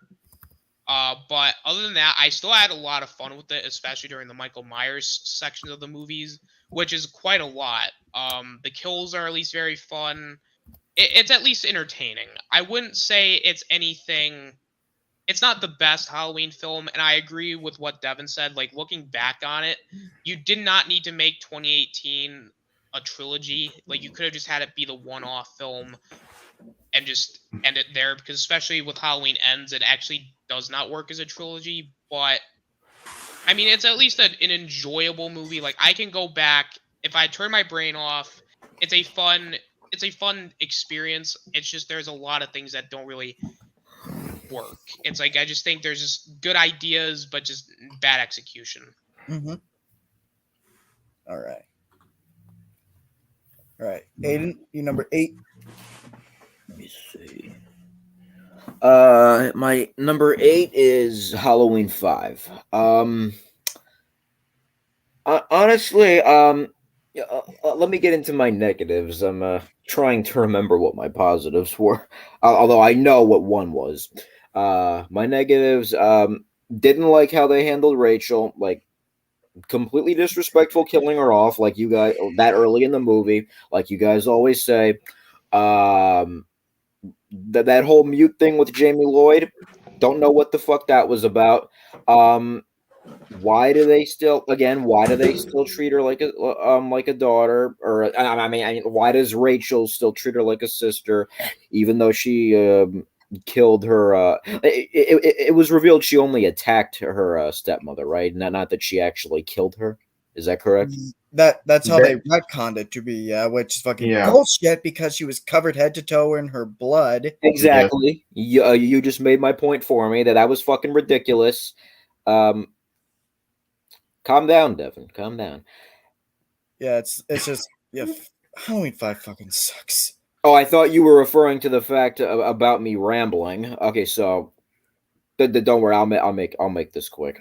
Um, but so yeah, okay, yeah, my positive. Oh yeah, Tina, she is annoying, but I don't think she's the horrible person that many people make her out to be. Like she's not like Laurie Strode and like Rob Zombie's Halloween too bad. Like I mean she was an annoying and a horrible person in general, but I mean at the end of the day, Tina still sacrificed herself for Jamie, so I mean you got to give her credit for that. I know Too you little, like too late, probably. But yeah. I know you liked that scene, but hey, she still helped Jamie get away, which is a pretty ballsy move. So yeah, like so some of the positives, that garbage chute scene was it a garbage chute scene? I don't know Yeah. what the fuck That it was was. garbage shoot. Yeah, I'll that admit, garbage. I will give you credit. That was a decent moment of action. I will give it that. That was a fucking fantastic scene. Very suspenseful. Um, I don't like the way they handle Dr. Loomis either. I mean, he does feel out of character in some places, but yeah, when he holds Jamie as bait to lure in Michael, that was dumb, and I'm not really sure how I feel about Michael getting his ass beat by like a 70-year-old man. Like it just doesn't feel like the traditional way Michael's defeated. Also, the mask sucks ass. And yeah, the thorn tattoo and everything like that, just bullshit. Like we all know how Six handled that, but there was no reason for it to be in there, such as including the Man in Black too, and it's not and all and it's higher on the list than the others because again the garbage chute scene was fucking fantastic, and I like Danielle Harris and Donald Pleasance's performances, and it feels more like a Halloween film than some of the others do. So Fair. Okay. Alrighty. I think it's like an average movie, like maybe a little below average. Like I mean, it's not good, but yeah, it's like somewhere in there. Alright. Alright, so we're in the top 7. And I'll preface this at this point from my list. These top 7, I would all consider the rest of these my favorites of the entire franchise. Like from here on out, I love every single one of these. These are all like A minus, or A plus movies. So from here on out, yep, I would these would all probably be among some of my all around favorite horror movies of all time. So to start it off, number 7.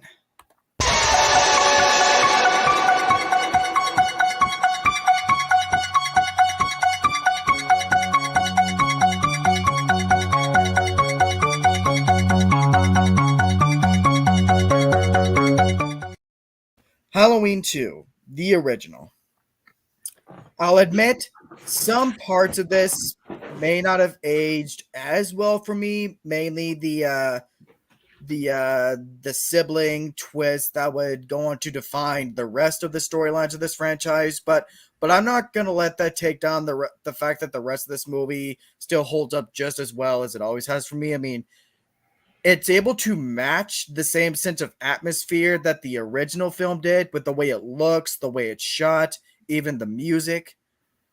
And the mask looks a bit wonky, but I do like Dick Warlock's performance as Michael in it. The people in the hospital are all a fun set of characters. I mean, come on, man, listen to old bud. So yeah, and the gore felt just enough in this film. You could tell that they were obviously kind of trying to compete with, like, say, Friday the 13th and other ones as far as the gore, but it didn't feel like too much, and I appreciated that. It still focused more on the atmosphere, the building of the dread, like the original did. And, yeah. There were elements, and they're actually, but obviously it's this will make sense once I start to talk about the films higher on my list as to why this actually dropped in my ranking a couple spots. Because initially, I think I had this at number 4 when I was ranking them around when 2018 came out. This was at number 4 in 2018, and I believe the same for Halloween Kills. But other than that, it's yeah, I would say this is still like an A movie, and it holds up extremely well. And for some people, it may still be their preferred ending. Michael burns in the hospital. Loomis goes down, taking him out. So, and that's fair. So, yep, Halloween 2, the original, number 7. So my number 7 is Rob Zombie's Halloween. Like, I think this movie is very mediocre. Like, I'm a big fan of Rob Zombie's music. I don't like his movies. In fact, I can go as far as say that The Monsters is the worst thing I've seen all year. But that's a tangent for another time. But the stuff I like about this movie, I do like. I think the acting is solid. Before Loomis decided he wanted to make money off Michael, the scenes where he is actually caring for Michael when he's sad, I really like. Get some badass moves from Michael. Tyler Mane is a pretty cool Myers. The score from Tyler Bates is great. And however, the characters are extremely unlikable. A big problem with Rob Zombie's movies, the dialogue is especially in the beginning, is absolutely cringeworthy. The tone is wrong for a Halloween movie. It explains way too much about Michael. You guys know the whole shebang. The more you explain about Michael's past, the less scary he becomes. And giving him a stereotypical dysfunctional family just takes away from his mystique. Like, you don't care about his family. Ronnie is one of the worst characters in the series. And the director's cut has the rape scene, which is the worst moment of the entire franchise, because it cements my point that Rob was the wrong pick. Obviously not this Rob. That Rob Zombie was the wrong pick to direct a Halloween movie, because it's so needlessly like mean-spirited, disgusting, and it's just, and worst of all, it's unnecessary. Like, why is this here? Do we need a rape scene in a Halloween movie? I mean, come on. But I appreciate that Rob tried. It just didn't work. I'll definitely take it over the other movies on this list. I'll take both Rob Zombie movies over this just because they tried. They didn't succeed, but they tried. And that's all I can really say. Okay. All right, Rob. All right. My number 7 is Halloween Kills. So let me state that I'm pretty sure I'm probably gonna piss some people off. I don't hate this movie nearly as much as I guess most of the people here. Yes, you heard me. So, but let me get the negatives out of the way. Yes, the Benny Hill chase is stupid. The dialogue is obnoxious. I will give you guys that. The fact that people mistake a different escape mental patient for Michael Myers, even though he looks nothing like it. Let me go ahead and say that I will say that Michael Myers he did seem very intimidating. Did have some nice scores, good cinematography. It did have some cool kills. I mean, there is a lot of stupid in it. I'll give you that, but it's just, to me, it's more on the level of just average. So that's all I gotta say. Bear. All right, Austin. My number 7, I'm gonna go Rob Zombie's Halloween. Kind of like what Devin said, I at least appreciate it for trying something different. When it's actually like, when you're kind of not into like Michael's past, when they're actually adapting like the actual like Halloween movie, it's not too bad. Like, I did like the whole, he breaks out of the asylum and you see him how he gets his jumpsuit and how you see him get the mask, and I like that the mask ages a little bit. But I do agree. The first, like, basically when Michael's a kid and going into his backstory, it didn't really work. It was the stereotypical, oh, he's in a shitty family, so he's gonna kill people, and then it just felt cliche, and it also just didn't really make Michael feel scary. The stuff in the asylum is fine, and even in the director's cut, yeah, that rape scene was really bad. Because it's very Rob Zombie-esque. But I will say, and also the amount of curse words and just the dialogue is horrible in both Rob Zombie films. But I will at least say this: Rob Zombie did what a remake should do, is be its own thing. Because the problem with remakes could tend to be, you either stray to the point where it's so different that it's so unrecognizable, but you also have the remakes that stay way too safe, and it just feels pointless. I feel like Rob Zombie, at least with his 2 Halloween movies, like, yeah, they're their own things and they might not work completely, but at least they're trying to be different rather than being like just carbon copies of the original 2. So overall, that's my number 7. All right. All right. My number 7. I think I would also have to go with Rob Zombie's Halloween. I have mixed feelings on this one. A lot of people say that the characters are not likable. Like I'm gonna get my negatives out of the way. I didn't necessarily like. I mean, not that I hated it, but I didn't necessarily think it was a good idea to make Michael one of the typical serial killers that are like that have a bad childhood, because I think that's kind of like an overdone thing. Like a lot of serial killers use that excuse in real life, and I'm pretty sure that's what happens, but I don't fucking know. Anyway, yeah, it's like a common cliche about serial killers. Oh, bad childhood, you become and then that makes you want to fucking kill people or whatever. And yes, the characters are unlikable, and yeah, the dialogue is cringeworthy. There are plenty of moments of the, what does that say, Zach? Have a nice day. Love it. Waka Okay, so yeah, I think I'll start to getting into some of my positives. The acting was good. Like I know I said that the characters are not likable, like especially Ronnie, who is like probably the worst character in the entire series. But he's played by William Forsythe, who is a good actor, and he does a great job at really making you hate the character. Like if you really hate a character, that means the actor did a great job, and the director too, because like. By the way, when I say hate a character, I don't mean like hate how he was written. I mean like hate him because like he's just a scumbag. Like, bitch, if you don't think I'm making a mental list of you and all your fucking bullshit. Yeah. So yeah, William Forsythe did a great job at making you hate the character, which means he did a good job in general.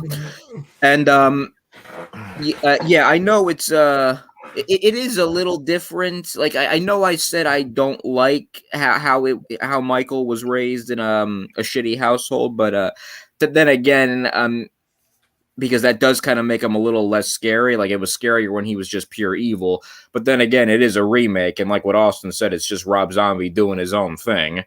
And yeah, like you guys, most of you have said he really tried. He really tried, and to some level, I would say he succeeded. Like, it does feel a lot like it does feel close to the original. Like in the later half when he's like when it's like in like the present day and like Laurie's all grown up and everything. And I thought the acting was fine. When she molests a bagel.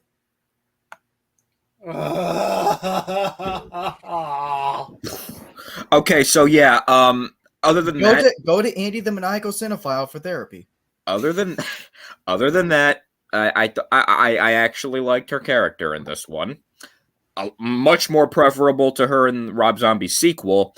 And Yeah, the characters feel like real people, and the score was good, the cinematography was good, and yeah, I mean, like it has some things that aren't so good about it, but other than that, I think it's a pretty solid remake.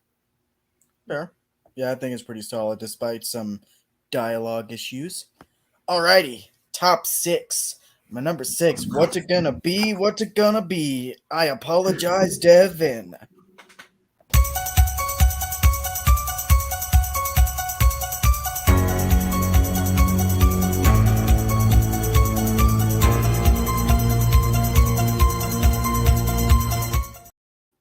Halloween 4.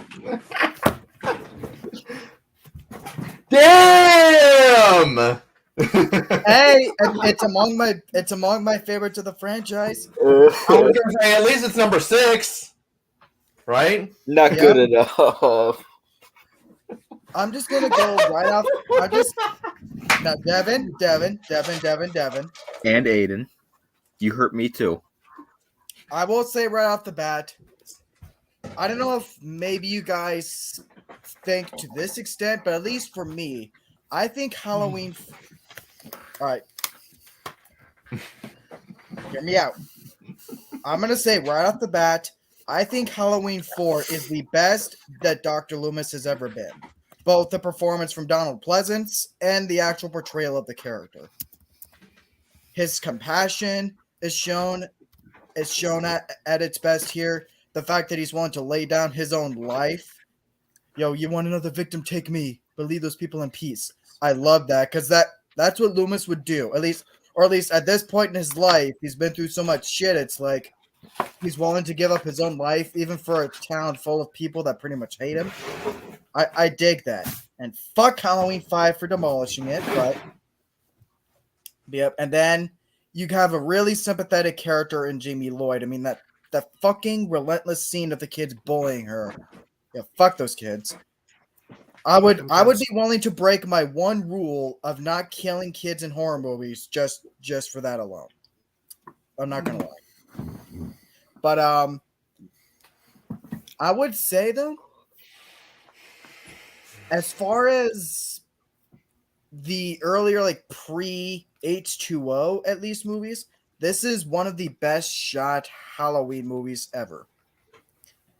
Certain kind of camera tricks it goes for, like when it shows all the different people in the Michael masks, and then when they're driving away, it shows that, oh, Michael was really there. That scene.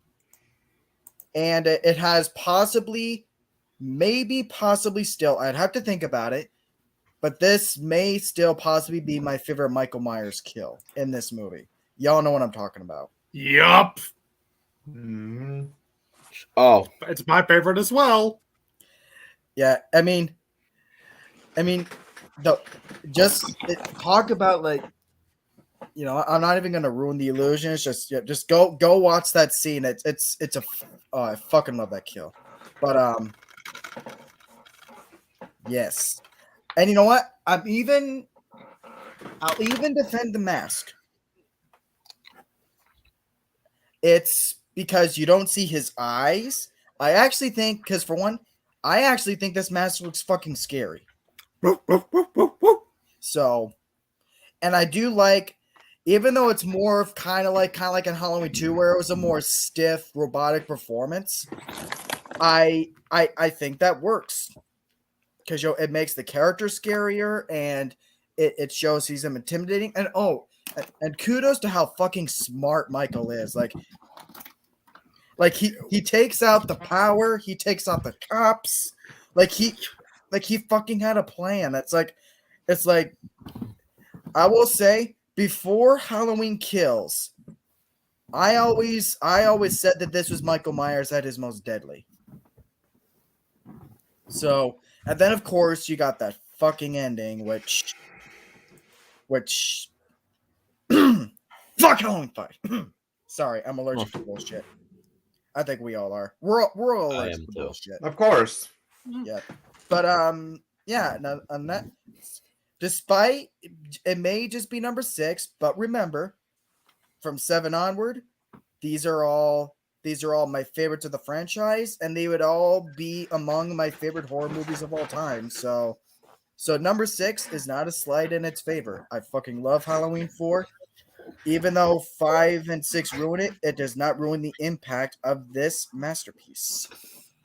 So Halloween 4, number 6.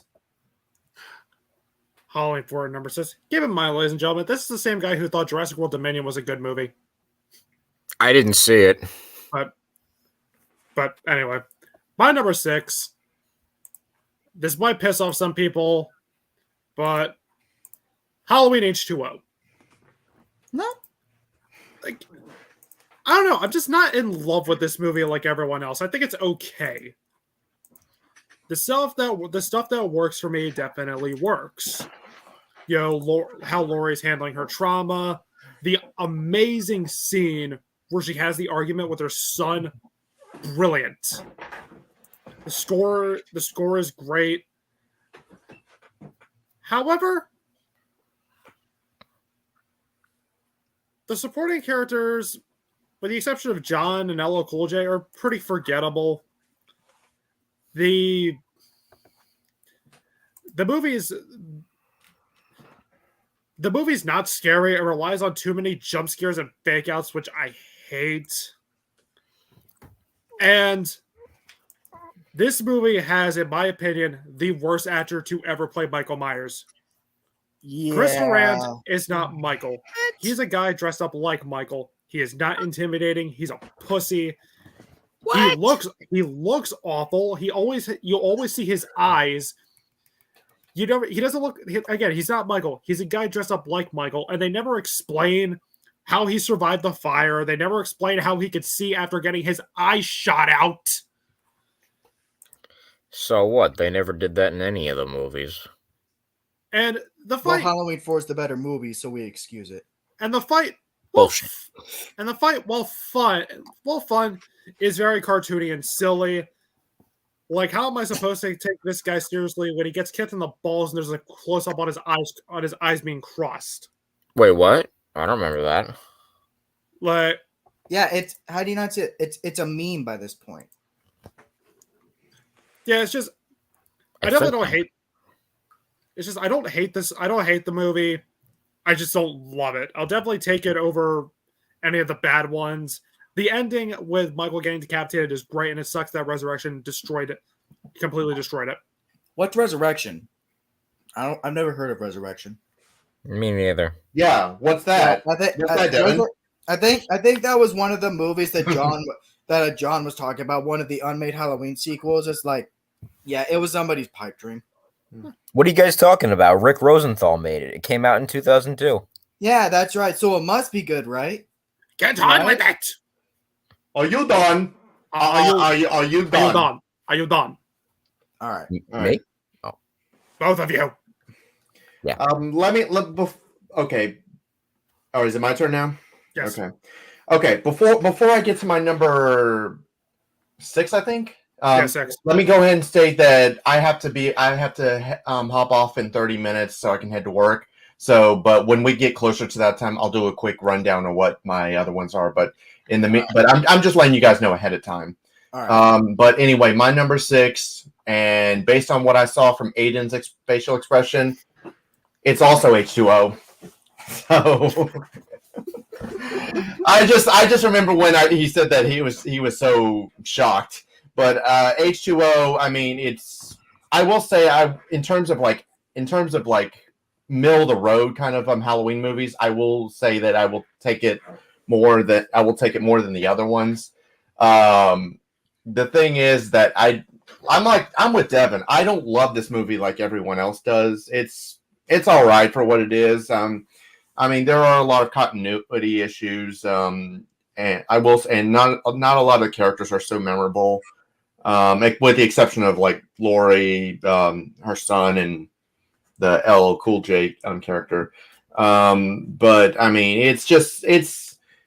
it's probably more on the a little bit above average kind of for me. So, I mean, it's in my top 6 right now. Come on. So, but I just think that the other 5 are just so much better than this. So that's all I gotta say. All right, Austin. So my number 6, and at this point, like these are just the 6 movies that I would rewatch at any day of the week. And my number 6, I'm gonna kick it off with Halloween 3: Season of the Witch. This is a movie that I've actually grown to appreciate and love more and more as time has gone on, especially with how bad these movies get. You actually come to appreciate like how creative and fun Halloween 3 is. I mean, sure, the main character is kind of a dick. You know, he just like leaves his family to go bang some chick because he goes to help her. But other than that, it's like a really fun like like science fiction-y horror movie where masks are really the main antagonist, and that John O'Hurley's like the main villain. Dan Oh well, O'Hurley. he's like the secondary villain, and the masks are the primary villains because you wear a mask, and if the commercial comes on, your head turns into like a bunch of snakes and flies and bugs. But it's a very fun movie. I mean, it's very silly, very over the top, very cheesy. Of course, with the robot tearing like the guy's fucking head off in like one fell swoop, or like tearing the eyes out, and like it's very silly and goofy when it comes to the kills, but I still think it was very innovative. I still think like the music was very good. The acting was really good. Like I think for the most part, it actually kind of works, and it's sad that the movie didn't do so well at the time to where we couldn't have had an anthology series, because honestly, an anthology series would have been really cool, but unfortunately we had to get Michael Myers back. Yep. Jeez. Because It Michael's sucks. the only thing you can do with the Halloween name. It's literally what they did with Jason in Part 6. Everybody bitched about Part 5 having a different killer, so bring Jason back. Even though Part 5 is better than Jason Lives, thank you very much. Damn. Yeah, I do think that. That's how I roll. But I also really like the ending. I like that they didn't end it with like, oh, the guy saves the day. Like I liked it because it's kind of like the very first Halloween movie where it ends in more like a cliffhanger. Like you don't know where Michael is. Like you don't know if he's alive or dead. Like I like that we don't know if he was able to stop the final commercial in time. So I really like the ending. I just think it's an overall really fun movie that I can rewatch all the time. It's a movie that I've grown to appreciate, and just especially with all these other movies, this one actually stands out, and it's actually a really fun ride. Awesome. Aiden? Okay, well, I got to admit, my pick for number 6, we're at, right? Yep. Yeah, my number 6 is also Halloween 3. The reason I put it there is because I got to be honest. Originally, I was one of the people that didn't give the movie a chance because Michael Myers wasn't in it, but I gave it a chance, and I've actually grown to appreciate it, just like Austin has. Like he said, it's a fun science fiction movie, like a science fiction horror movie. Colonel Cochran is an interesting villain. I don't know if you guys said it, if you guys saw it, but in the private chat, I said he's like an evil Willy Wonka, and that's it's actually kind of true to an extent because he has like a whole factory. He like controls like a whole factory, and and it's like directed towards kids. Like the masks are directed towards kids, I just want to get some of the negatives out of the way. I do think it's ridiculous that the tags were bewitched instead of the actual masks. Like, what the fuck was up with that? And Stacey Nelkin's character, if she was a robot the whole time, then why did she help? Then why did they capture her? And why did she help them dump those tags on all those other robots or workers or whatever and have them all killed? But and the movie is a little cheesy, but the good kind of cheesy. Anyway, like it really gives off. It really feels like a kind of like a Twilight Zone episode, or like one of those classic 1950s Hollywood horror movies, like sci-fi horror movies. I really like how they reference Invasion of the Body Snatchers. What the fuck was the town called again? Santa Mira, right? Santa Mira. Yeah, a good reference to Invasion of the Body Snatchers. Like what Austin said, I love the cliffhanger with we don't know whether he stopped the last commercial in time. Really in time to save all the kids. And I thought the whole even though Cochran kind of fucked up by not bewitching the masks themselves, it was a pretty cool plan. Like it's like what Film Master Adam said. He's bringing three things children love: scary masks, the television, and Halloween.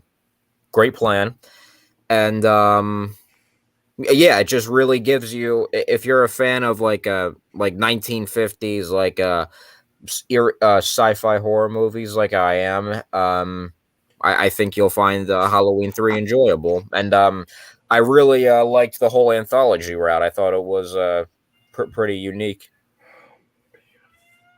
Nice. Alrighty. We are in the final 5, people. What's it gonna be? What's my pick gonna be? What's my pick gonna be? My number 5.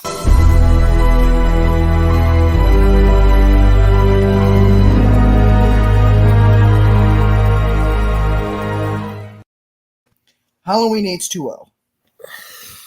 I'll admit, this used to always, even way back in 2018 and before 2018, this used to always be among my top 3 of the whole series. And I'll admit, while I still hold it in very high regard, obviously, some of my hype has died down a bit. Like I've let it marinate and I just take it for what it is.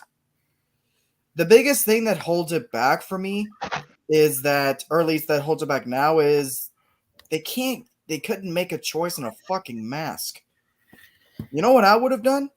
Because in the opening, when Michael's going after Marion, you kind of briefly see a version of the Halloween 6 mask. I would have went with that, because as much as I don't like Halloween 6, that mask didn't look half bad, I will admit. So I don't know if you guys think that, but I would have went with that mask. Honestly, maybe I kind of get why, because they don't want to connect it to 6 and all that. I get that, but I don't like any of the other masks. Even the main other mask you see throughout most of the movie is just you see his eyes, the hair's too afro-ish, and the guy's too thin. No slight towards Chris Durand, he did fine, but it's just he wasn't the right pick for Michael Myers. He was too thin, he was too short, and he wasn't able to. He didn't have a presence. So, but other than that, though, this used to be my favorite performance in the franchise from Jamie Lee Curtis, which that's obviously changed. But I do like the contrast to where she was now compared to the original. My favorite scene in the movie is still one of my top 3 moments of the franchise, actually, where her son is freaking chewing her out like, Michael Myers is dead. You want to stay handcuffed to your dead brother? Then go ahead. But you're not dragging me down. I love that scene because this was one of the first Halloween movies, aside from 4, where they started giving the franchise a lot of deeper emotional depth. And that's what I really love about this movie is it has so much emotion and heart to it. It's where these movies, or at least the good movies, started becoming more than just typical slashers. They aim more for story and themes. And when you aim more for story and themes in any genre, you immediately get my attention. And I will say these are probably the lamest the kills have been, at least at this point, since Halloween 5. Because, none of the kills were really impressive. The elevator scene where the chick's leg gets freaking smashed, that was cool. But, the actual kills, they're not that impressive. The actual what? the actual kills. Like Marion just gets her throat slit, and you just get an off-screen stabbing from the other girlfriend chick, and but I will give credit when Michael kills her boyfriend and kind of raised him up like that. That was a cool homage to Halloween 2. I'll give him that. That was cool. But I think the best thing about the movie is how it's a lot of every single scene and character moment in this movie is in service to building up to the ending. So it really packs a punch. That's the best thing this movie does, if I have to be honest. But other than that, that's all I really got to say. It's if we never got Resurrection, then they wouldn't have had to do this new trilogy to try and fix everything again, and we would have still had this as the canonical ending to the franchise, and I think we all would have been happy with it. But yep, Halloween H2O, number 5. And so my number 5 is Halloween 3: Season of the Witch. This was a movie that took a while for me to like, because when I first saw this movie as a kid, and I was one of those people that got mad, like, oh, Michael Myers isn't in this movie. This movie sucks. But over time, I watched it again. And it became like my top 5. This is easily one of my biggest guilty pleasures. I will admit, it's goofy, it's ridiculous, but it's a ton of fun. The movie is ballsy because because before 2018, we actually see kids die. Like, just seeing the kid's head turn into like bugs and snakes, that was fucking cool. Yeah, I'm a sucker for like synthy horror scores, so naturally, the score for this movie works for me. I like the idea of the anthology route. I would have loved it if they went in this direction. Daniel Hurley as Colonel Cochran, great. Fucking loved this guy. He was intimidating. He was just a great villain. His plan was genius. And the deaths committed by his robots, yes, they're goofy, but they're entertaining. But they're really entertaining. Like the ones that stand out, obviously the kid getting his head melted, and then you have the homeless guy getting his fucking head ripped off by one of them, who was actually played by Dick Warlock from Halloween 2. Wait, who did Dick Warlock play? He was one of the robots. He was the guy that ripped the guy's head off? Yeah. Oh shit, I didn't know that. But I mean, the movie is not perfect. Dan Chalice is not a likable character. His motivation to investigating this this place is he just wants pussy. He just wants pussy. And there's no development to this relationship with Ellie. It just comes out of nowhere. And there was really no need for it. The running gag with him constantly forgetting about his kids, and at one point Dan's ex-wife saying, "Your kids don't even remember your name." I'm like, oh, come on, we get it. Let's move on already. It's never really explained what happens to Ellie at the end.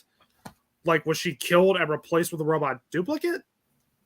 Was she a robot the whole time? And how do we get from 8 more days to Halloween to 2? That's something they never really explained, but yeah, that they jump over. I mean, obviously. And I'm glad. Oh, you go. But I'm glad this movie got a cult following. I enjoy this movie immensely, and I wish we got more of this. Mm-hmm. And something that doesn't get credit with this movie is the fact that it just ends with basically no resolution. Because it treats the audience like intelligent thinking people, as in it leaves it open to interpretation. It allows people to think. It allows them to kind of create their own thing. Like what did happen after the end? Exactly. That's what I love. I love the ambiguous open-ended ending. But that's all I have to say. Mm-hmm. Alrighty, Rob. Okay. Is it okay if I just say what all my top 5 are real quick because I need to be heading to work soon. Oh yeah, sure. Yeah. I'll be very brief on why I said so, but I just wanted to get it out of the way. So, but my number 5 is also Halloween 3: Season of the Witch. I mean, I appreciate I really like what they were doing with the whole anthology route, and I think that would have been a much better idea rather than having to recycle even though there are some in the late a few in the later that are higher up on the list that I enjoy that have Michael Myers. I feel like it probably would have been better just to do like the anthology route, having a Halloween have one Halloween movie with a completely different story. I mean, yeah, it's silly, it's goofy, it is goofy, and I will admit the main character is not is not the most likable. I mean, he just wants to get laid. That's all he cares. That's the whole reason he took on the case. The whole witchcraft, everything, that's all real. I thought that was all real well done, and I'm glad that it's getting more appreciation and love. So that's number 5. Number 4 is Halloween 2, the original Halloween 2. I really do enjoy this movie, although I think the top 3 are still better in my opinion. But I really enjoy what they were doing with for that one. And I do like Loomis's ultimate sacrifice with what happened at the end. But yeah, Halloween 2 is number 4. Number 3 is Halloween 2018. I've stated before that I think this is the best Halloween movie we got since Halloween 4. Just number 3? Yes. Go in, fans, on me if you want. Go ahead. For Halloween 2018, right? Halloween 2018. I'm talking with you. Halloween, I'm just giving my top 5 real quick because I got to go to work soon. Oh yeah. But my number 3 is Halloween 2018. I mean, Zach, it's in the top 3. Okay. That's still an accomplishment. So, but I really enjoy it. I really like what they were doing with Laurie and all, like what was happened. And I think I pretty much would prefer her arc here in 2018 over her arc in H2O, to be honest. So, and it did. I mean, it's just a shame that everything had to go to shit with the series by the end. So, and number 2 is Halloween 4, Return of Michael Myers. I think that this is I really enjoy. I love this movie. I really enjoy it. Danielle Harris does a fantastic job as Jamie. And yes, by the way, I did meet her at one point. I have a picture. Yeah. Oh shit. I'll send it to you guys. I'll send it to you guys sometime. So Lucky bastard. Yeah, but yeah, Danielle Harris is awesome in this. And I do like what they were setting up with at the end of that movie with the evil being passed on. It's just a shame that 5 had to fuck it all up. And my number 1 is obviously the original Halloween. So I mean, it's no contest. This is honestly one of the best horror movies. What can I say? I mean, everything about it it's everything about it with just the cinematography, just the acting, everything about it, the fact that we see a lot of Michael Myers' POV, and it's such a wonderful movie. It's easily one of the best horror films of all time. So but that's about it. So I'm going to go ahead and hop off real quick, unless you have any other questions you need to ask me. I think it's all good, but I do appreciate you hopping on it. And you're always welcome on. So. Oh yeah, absolutely. So, all right, take it easy, guys. All right, later. All right. Take it easy, man. All right. So, all right, Austin, number 4. Oh, you mean my number 5? Number 5? Oh, number 5. Yeah. Oh yeah. Actually, Zach, can I give my 5 because 5 movies because I do have to drop as well. Same here, man. Let's all quickly say like our remaining ones because I gotta be honest, I'm really tired. Oh fuck! I mean, I don't have to go, so I guess that just leaves me and Zach. Alrighty, so what we'll probably do then is I'll probably just start off with my remaining 4 then, and then we'll just give the rest of ours, and then we'll try to like right. So we'll kind of keep it brief. Alrighty. So I guess with my final four by process of elimination, y'all know what's left. Basically, my preferred timeline in the series. So, but the question is, how are they actually ranked? My number 4.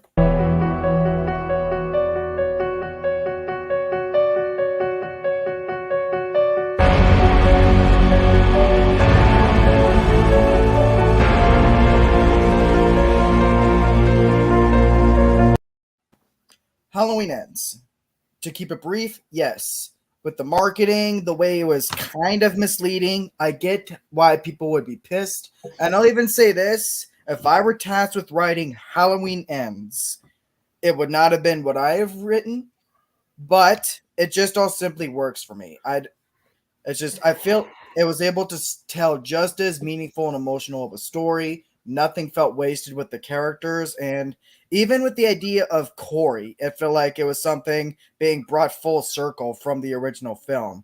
The idea of someone snapping, evil manifesting in them, it just worked for me. And before this movie came out, I would have said it could go either way. Laurie could die or she could live, and they could still make something compelling. But now seeing the story they went with, I'm actually glad that she lived and got that positive ending. Because, I just like the idea that, she defeated her boogeyman and she actually gets to live the rest of her life in peace. So yeah, I don't mind it. And I'm sorry that the ending brought me to tears, man, because y'all know the more personal sides of it with my story and all that. So that's why I loved that. Aside from the stuff with Corey, I love that the rest of it thematically was about redemption and moving on. I do buy that even though her daughter was killed, I do buy that she would try to live a happier life. Because you could look at it as she's like, I wasted 40 years of my life on this obsession, and look what it cost me. So I figure try to clean up my act so that way I don't lose anyone else that I care about. It works for me. It was all I can say is that it was a satisfying ending, and I was a fucking wreck last night watching this in the theater with my sister, maybe more so than the other 2 times I watched it. But yeah, it's both sides of the coin. More personal sides of my more personal thing towards it. It fulfilled a lot of things for me, and as a Halloween fan, I still loved it. So Halloween Ends is number 4. Oh boy. Number 3.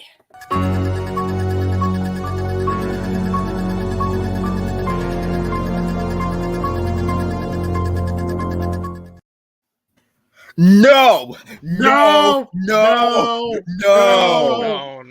Hear me out. When I ranked this second only to 2018, the same argument still applies. Even though there are now 2 movies ranked above it, the same thing still applies. Even though there are 2 other films I like more, that doesn't mean I actually think that, they're better than the original, that they actually outclass the original. Everything still applies with this. As far as the legacy, the technical aspects of it, what went into it, it is still the best of the series. That whole argument, if you get what I'm saying. So, yeah, no fucking contest. Are an imbecile, a mockery to sentient beings, a completely hopeless pause.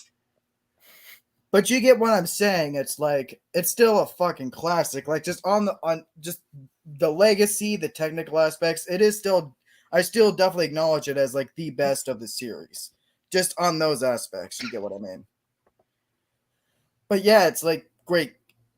It's like, what can be said? Great characters. It favored building suspense and dread over blood and gore, and it's for some the best horror film ever made. And it is, even though it's number 3 on this list, it is still overall my favorite horror film of all time. It's weird, it's hard to explain, but I think you guys get what I mean. But that being said, if you think that pissed y'all off, number 2.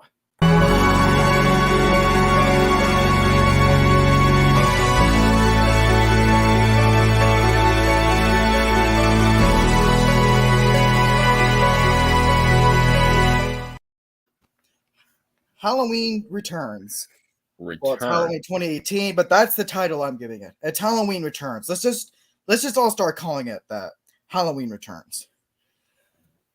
This movie was very controversial. Okay, maybe it wasn't like Halloween Ends controversial, but it was kind of divisive. The fact that it erased a lot of sequels that people may still prefer. It did all that stuff. It erased all the other movies. But the way I look at it is, yeah, it erased all those movies, and I still love some of those other movies that were erased, like Halloween 2, Halloween 4, H2O. But I do think the ends justified the means because, I mean, look what the fuck Resurrection did. They had to fix it. They just said, you know what? Let's not even deal with the sibling bullshit this time around. Let's just go back to basics, and I love that they did that. This trilogy started off what I had considered to be the coolest thing going on in Hollywood the last 5 years. I loved the amount of thematic depth that this film had, and then I guess that it started with the whole trilogy. I loved that some people kind of gave it shit for the fact that it favored themes and commentary in a way kind of over the horror, but I think it was fair to do that because think about it, Laurie was traumatized, so it fit. So the commentary felt earned. Michael Myers, played by James Duke Courtney, is now my favorite actor to ever play the Shape. Even with Halloween Ends, I know you guys feel the way about Halloween Ends, but you gotta admit, James Duke Courtney was fucking badass. The mask was the best it had ever looked since, I would say, Halloween 4, because I like the mask in Halloween 4, so I would say the mask here is the best it's looked since Halloween 4. I know I'm losing the credibility of some of my viewers, but I don't care. I love Halloween 4, and I like that mask. But yeah, it's just, I've talked about this movie at length with my review and other rankings, so not much else I can say other than this was the start of a trilogy that had a huge like, as a fan, I loved it, and then it just started to have a huge emotional impact on my life with the themes and all that stuff. So yeah, Halloween Returns or 2018. Yep, I still fucking love it. That's number 2. And now, oh, y'all were shocked at this. Number 1.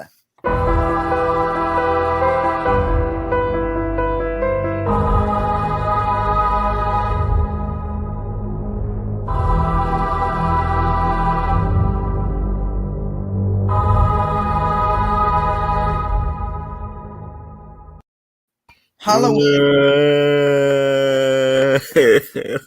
Now, there are a lot of reasons why this movie has upped itself as much as it did. I've already went into the more personal side of things, with my history, my past, and all that, so I won't bring it up much here. So I'll just say, as a Halloween fan, it gave me a story that I've always wanted to see out of the Halloween franchise. The entire idea of bringing back all these characters together in one movie. Tommy, Lindsay, Brackett, everybody all together in one movie. We've had them scattered across other sequels, like we've seen Brackett in a sequel, we've seen Tommy in a sequel, but you get what I mean. This type of story where they all band together to try and get Michael Myers, this is a story I have always wanted, and I felt really fulfilled out of that. Not much. Yeah, a lot. I'll be wrapping it up actually, but yeah. So you could say you want about the Evil Dies Tonight stuff and chasing the other mental patient, but going back to what I was saying before is that, yeah, you could say what you will about like some of the execution and with how it did bringing in the other characters, but I was satisfied even with Brackett not having as much screen time. It just felt right to me. It's just like, out of all the different timelines and all the different ways they tried to progress the characters, continue the story, this was the one that felt the most right to me. As you can obviously see, this is my whole preferred timeline of the entire series. So, and yeah, and so just to keep it brief, so we can keep the ball going. That is my ranking. Halloween Kills is my favorite of the franchise. Not say it's the best, but it's my new favorite of the franchise. Again, it fulfilled a story that I've always wanted to see out of the series. It gave me something I've always wanted, so I love it for that. Alrighty, Devin. All right, so my number 4, Halloween 2018.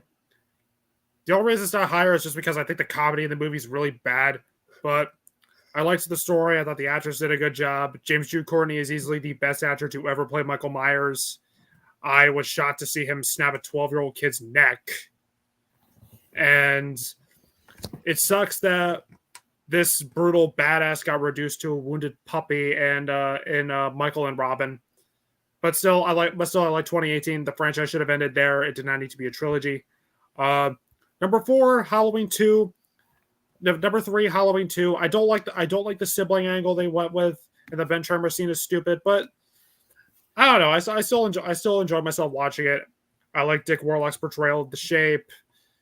I think it's a good movie. My number 2 is Halloween 4. I absolutely adore this movie. This movie got everything right. It got the tone right, the characters right. It got Michael right. It got Loomis right. It got Jamie right. It's just an all-around excellent movie. Easily, quite possibly one of the best opening title sequences in a Halloween movie as well. It sucks this ending was shit on by Dominic Ethan Gerard and Mustafa Akkad, because the ending of this movie is just excellent. And of course, number 1 is the original Halloween, the immortal classic, followed by the big giveaway at 9. And I gotta head out because I'm tired. Alrighty, thanks for coming on, man. It's always a pleasure. Take care, man. Later. I already saw the big giveaway last night. Alrighty, Austin. Yeah, so my number 5, I'm going to keep my thoughts brief because everyone really talked about them all. My number 5 is Halloween H2O. I think it is a really good movie that unfortunately gets fucked by a sequel. Other than that, I really like Jamie Lee Curtis in it. I agree the kills aren't necessarily the most memorable, but the elevator sequence was fun, was cool. The character where, he's like writing a book and his wife's telling him, no, you can't do that, you shouldn't do it, and then he's like, no, I'm gonna do it, I'm gonna live out my dreams. I was like, I felt that so much. I'm like, he's a cool guy. The final confrontation between Laurie and Michael, yeah, it was kind of a little like silly and cartoony, but I still thought it was a really good final sequence. And her killing Michael at the end by decapitating him, I'm like, yeah, that's a great ending. Too bad it got fucked over by Resurrection. And I did like Laurie and John's like back and forth as well with her son being like, hey, you need to let this go. And she's like, no, I can't. But overall, it is a very solid film. I like the not Donald Pleasance, but like the Dr. Loomis kind of like, you get what I mean? Like the opening sequence I really liked. Yeah. My number 4 is ironically Halloween 4, The Return of Michael Myers. It is easily one of the best sequels. In fact, I would argue it is the best sequel. However, just like Halloween H2O, this movie gets fucked over by its sequel. I do like Michael and how he systematically destroys the town. I like how he gets his jumpsuit and mask again. I like Dr. Loomis in it. He was the perfect, like, aged, like, he's actually gone a bit crazy, but he's still like Dr. Loomis. Rachel and Jamie are a great sister combo. The kills are very fun, especially when he takes a shotgun and literally impales a guy with it. And he also like throws somebody into like like the electrical thing to like shut down power. I thought that was really cool. Other than that, I think it is a really good movie. I just don't think it doesn't hold up as well to me because of what Halloween 5 does. But overall, as a standalone sequel, it's amazing. My number 3 is going to be Halloween 2018. Now, the only reason why I'm putting it above Halloween 4, because it does suffer the same problems where its sequels actually do kind of hurt it a little bit. This was the first Halloween movie I saw in theater, so I'm going to also take that into account. I do think the series does get back on the right track here. I think it goes back to the Halloween that we all know. I like that whole entire sequence where it's taken in one shot with Michael like walking through the neighborhood. Jamie Lee Curtis is great here again. The comedy, the comedy just didn't really work me that much. There were things in it that were like, but I would say overall it was a very like it goes back to what it knows best, and that is being more tension forward rather than going into the more brutal and jump scare type stuff. My number 2 is going to be Halloween 2, the original Halloween 2. I think out of all the sequels, this is the only one that I really feel like is more close to the original Halloween because it takes place on the same night. And also, I feel like if you ended it here, I would have been satisfied because Michael and Loomis die, which realistically should have been the ending. The stuff in the hospital is great. The kills are fun. Yeah, Laurie kind of gets sidelined, but at the same time, she's hurt. So it's like you can't really write around that. But like I said, the kills are good. I like that it's close to the original. And also the whole Ben Tramer death scene was a little weird. Because it doesn't really look like Michael, and the mask is just doesn't really work. But and I do agree, the whole sister thing with Michael and Laurie, I do agree it doesn't really work like now because even John Carpenter has said he didn't want to do it. He said looking back on it, it was stupid. But other than that, I still think it is a really good sequel. And my number 1, of course, is the original Halloween. I mean, is there really anything else that really needs to be said about it? I'm literally just gonna say it is one of the best horror movies of all time. It's not the best horror movie, but it's one of the best. So realistically, those are just all my thoughts. Zach, I am gonna drop because I do gotta get some food, but this was fun. Alrighty. Thanks for being on, buddy. We'll catch you next time. See you, Austin. Later, guys. See ya. Later. All right. Alrighty, so then we will wrap it up with the rest of Aiden's ranking, and then we will close it up. And yep. So what did I put? Okay, yeah. Okay, so and keep it as brief as possible, so we can wrap it up. What to say about this one? Okay, for number 5, I put Halloween 2018. I really like this movie a lot. I knew that was coming. Don't let its place on this list fool you. I just enjoyed these 4 other movies a little bit more. Hey, you put the first movie at number 3. Come on, man. Come on. For a reason. I'm fucking with you. I know you are. Okay, so I really like this movie. It's like what Devin said. I didn't like some of the comedy, but I mean the movie more than made up for it though. I liked the opening scene with the opening scene was of like a pumpkin opening, right? Like Halloween 2's opening. Is that correct? Zach? Fuck. Yeah, it was. Okay. And it's arguably the best opening credits in the franchise. I think I would actually agree with that. Yeah, it was a fantastic opening scene. I like the death scenes. I really like the death scenes. I like what they did with Laurie, like kind of like making her like a Sarah Connor character. I really enjoyed that. I liked the final confrontation between them, like the little fight they had, and like Michael getting burnt in the end. I like I like the new characters. Like like I said with Laurie, I like how she basically has been like sheltered like for like her whole life, like after the night like 40 years prior. I think it was really powerful, like seeing her seeing how it affected her family, her daughter and her granddaughter. I liked it. I really enjoyed the new characters. I thought the high school I thought the high schoolers were interesting and like really fun to listen to, and you actually give a shit when they die. So and and Michael's James Jude Courtney, fantastic Michael, and that mask, one of the best masks since the original, and so yeah, number 4. What did I put for 4? Is it okay? 4 is H2O, Halloween H2O. Again, really like this movie, so I'm sure. Most of you ranked it pretty low anyway, but like I said before, I do love this movie. I do like this movie. I like how it references the other movies. Like I like the scene where I like the fact that Janet Leigh's in it, and she references the first movie. Like everybody's entitled to one good scare. The actual car from Psycho was in it. She's driving it, so like that was cool. Okay, that was cool. I didn't think the guy who played Michael Myers, Chris Duran is his name. Zach? Yep. Okay. I didn't think he was a bad Michael, but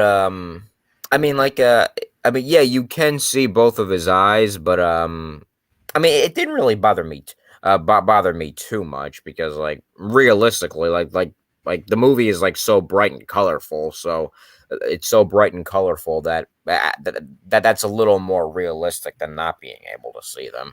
But I did like the final showdown between Michael and Laurie, and I also liked how it shows like similar with 2018.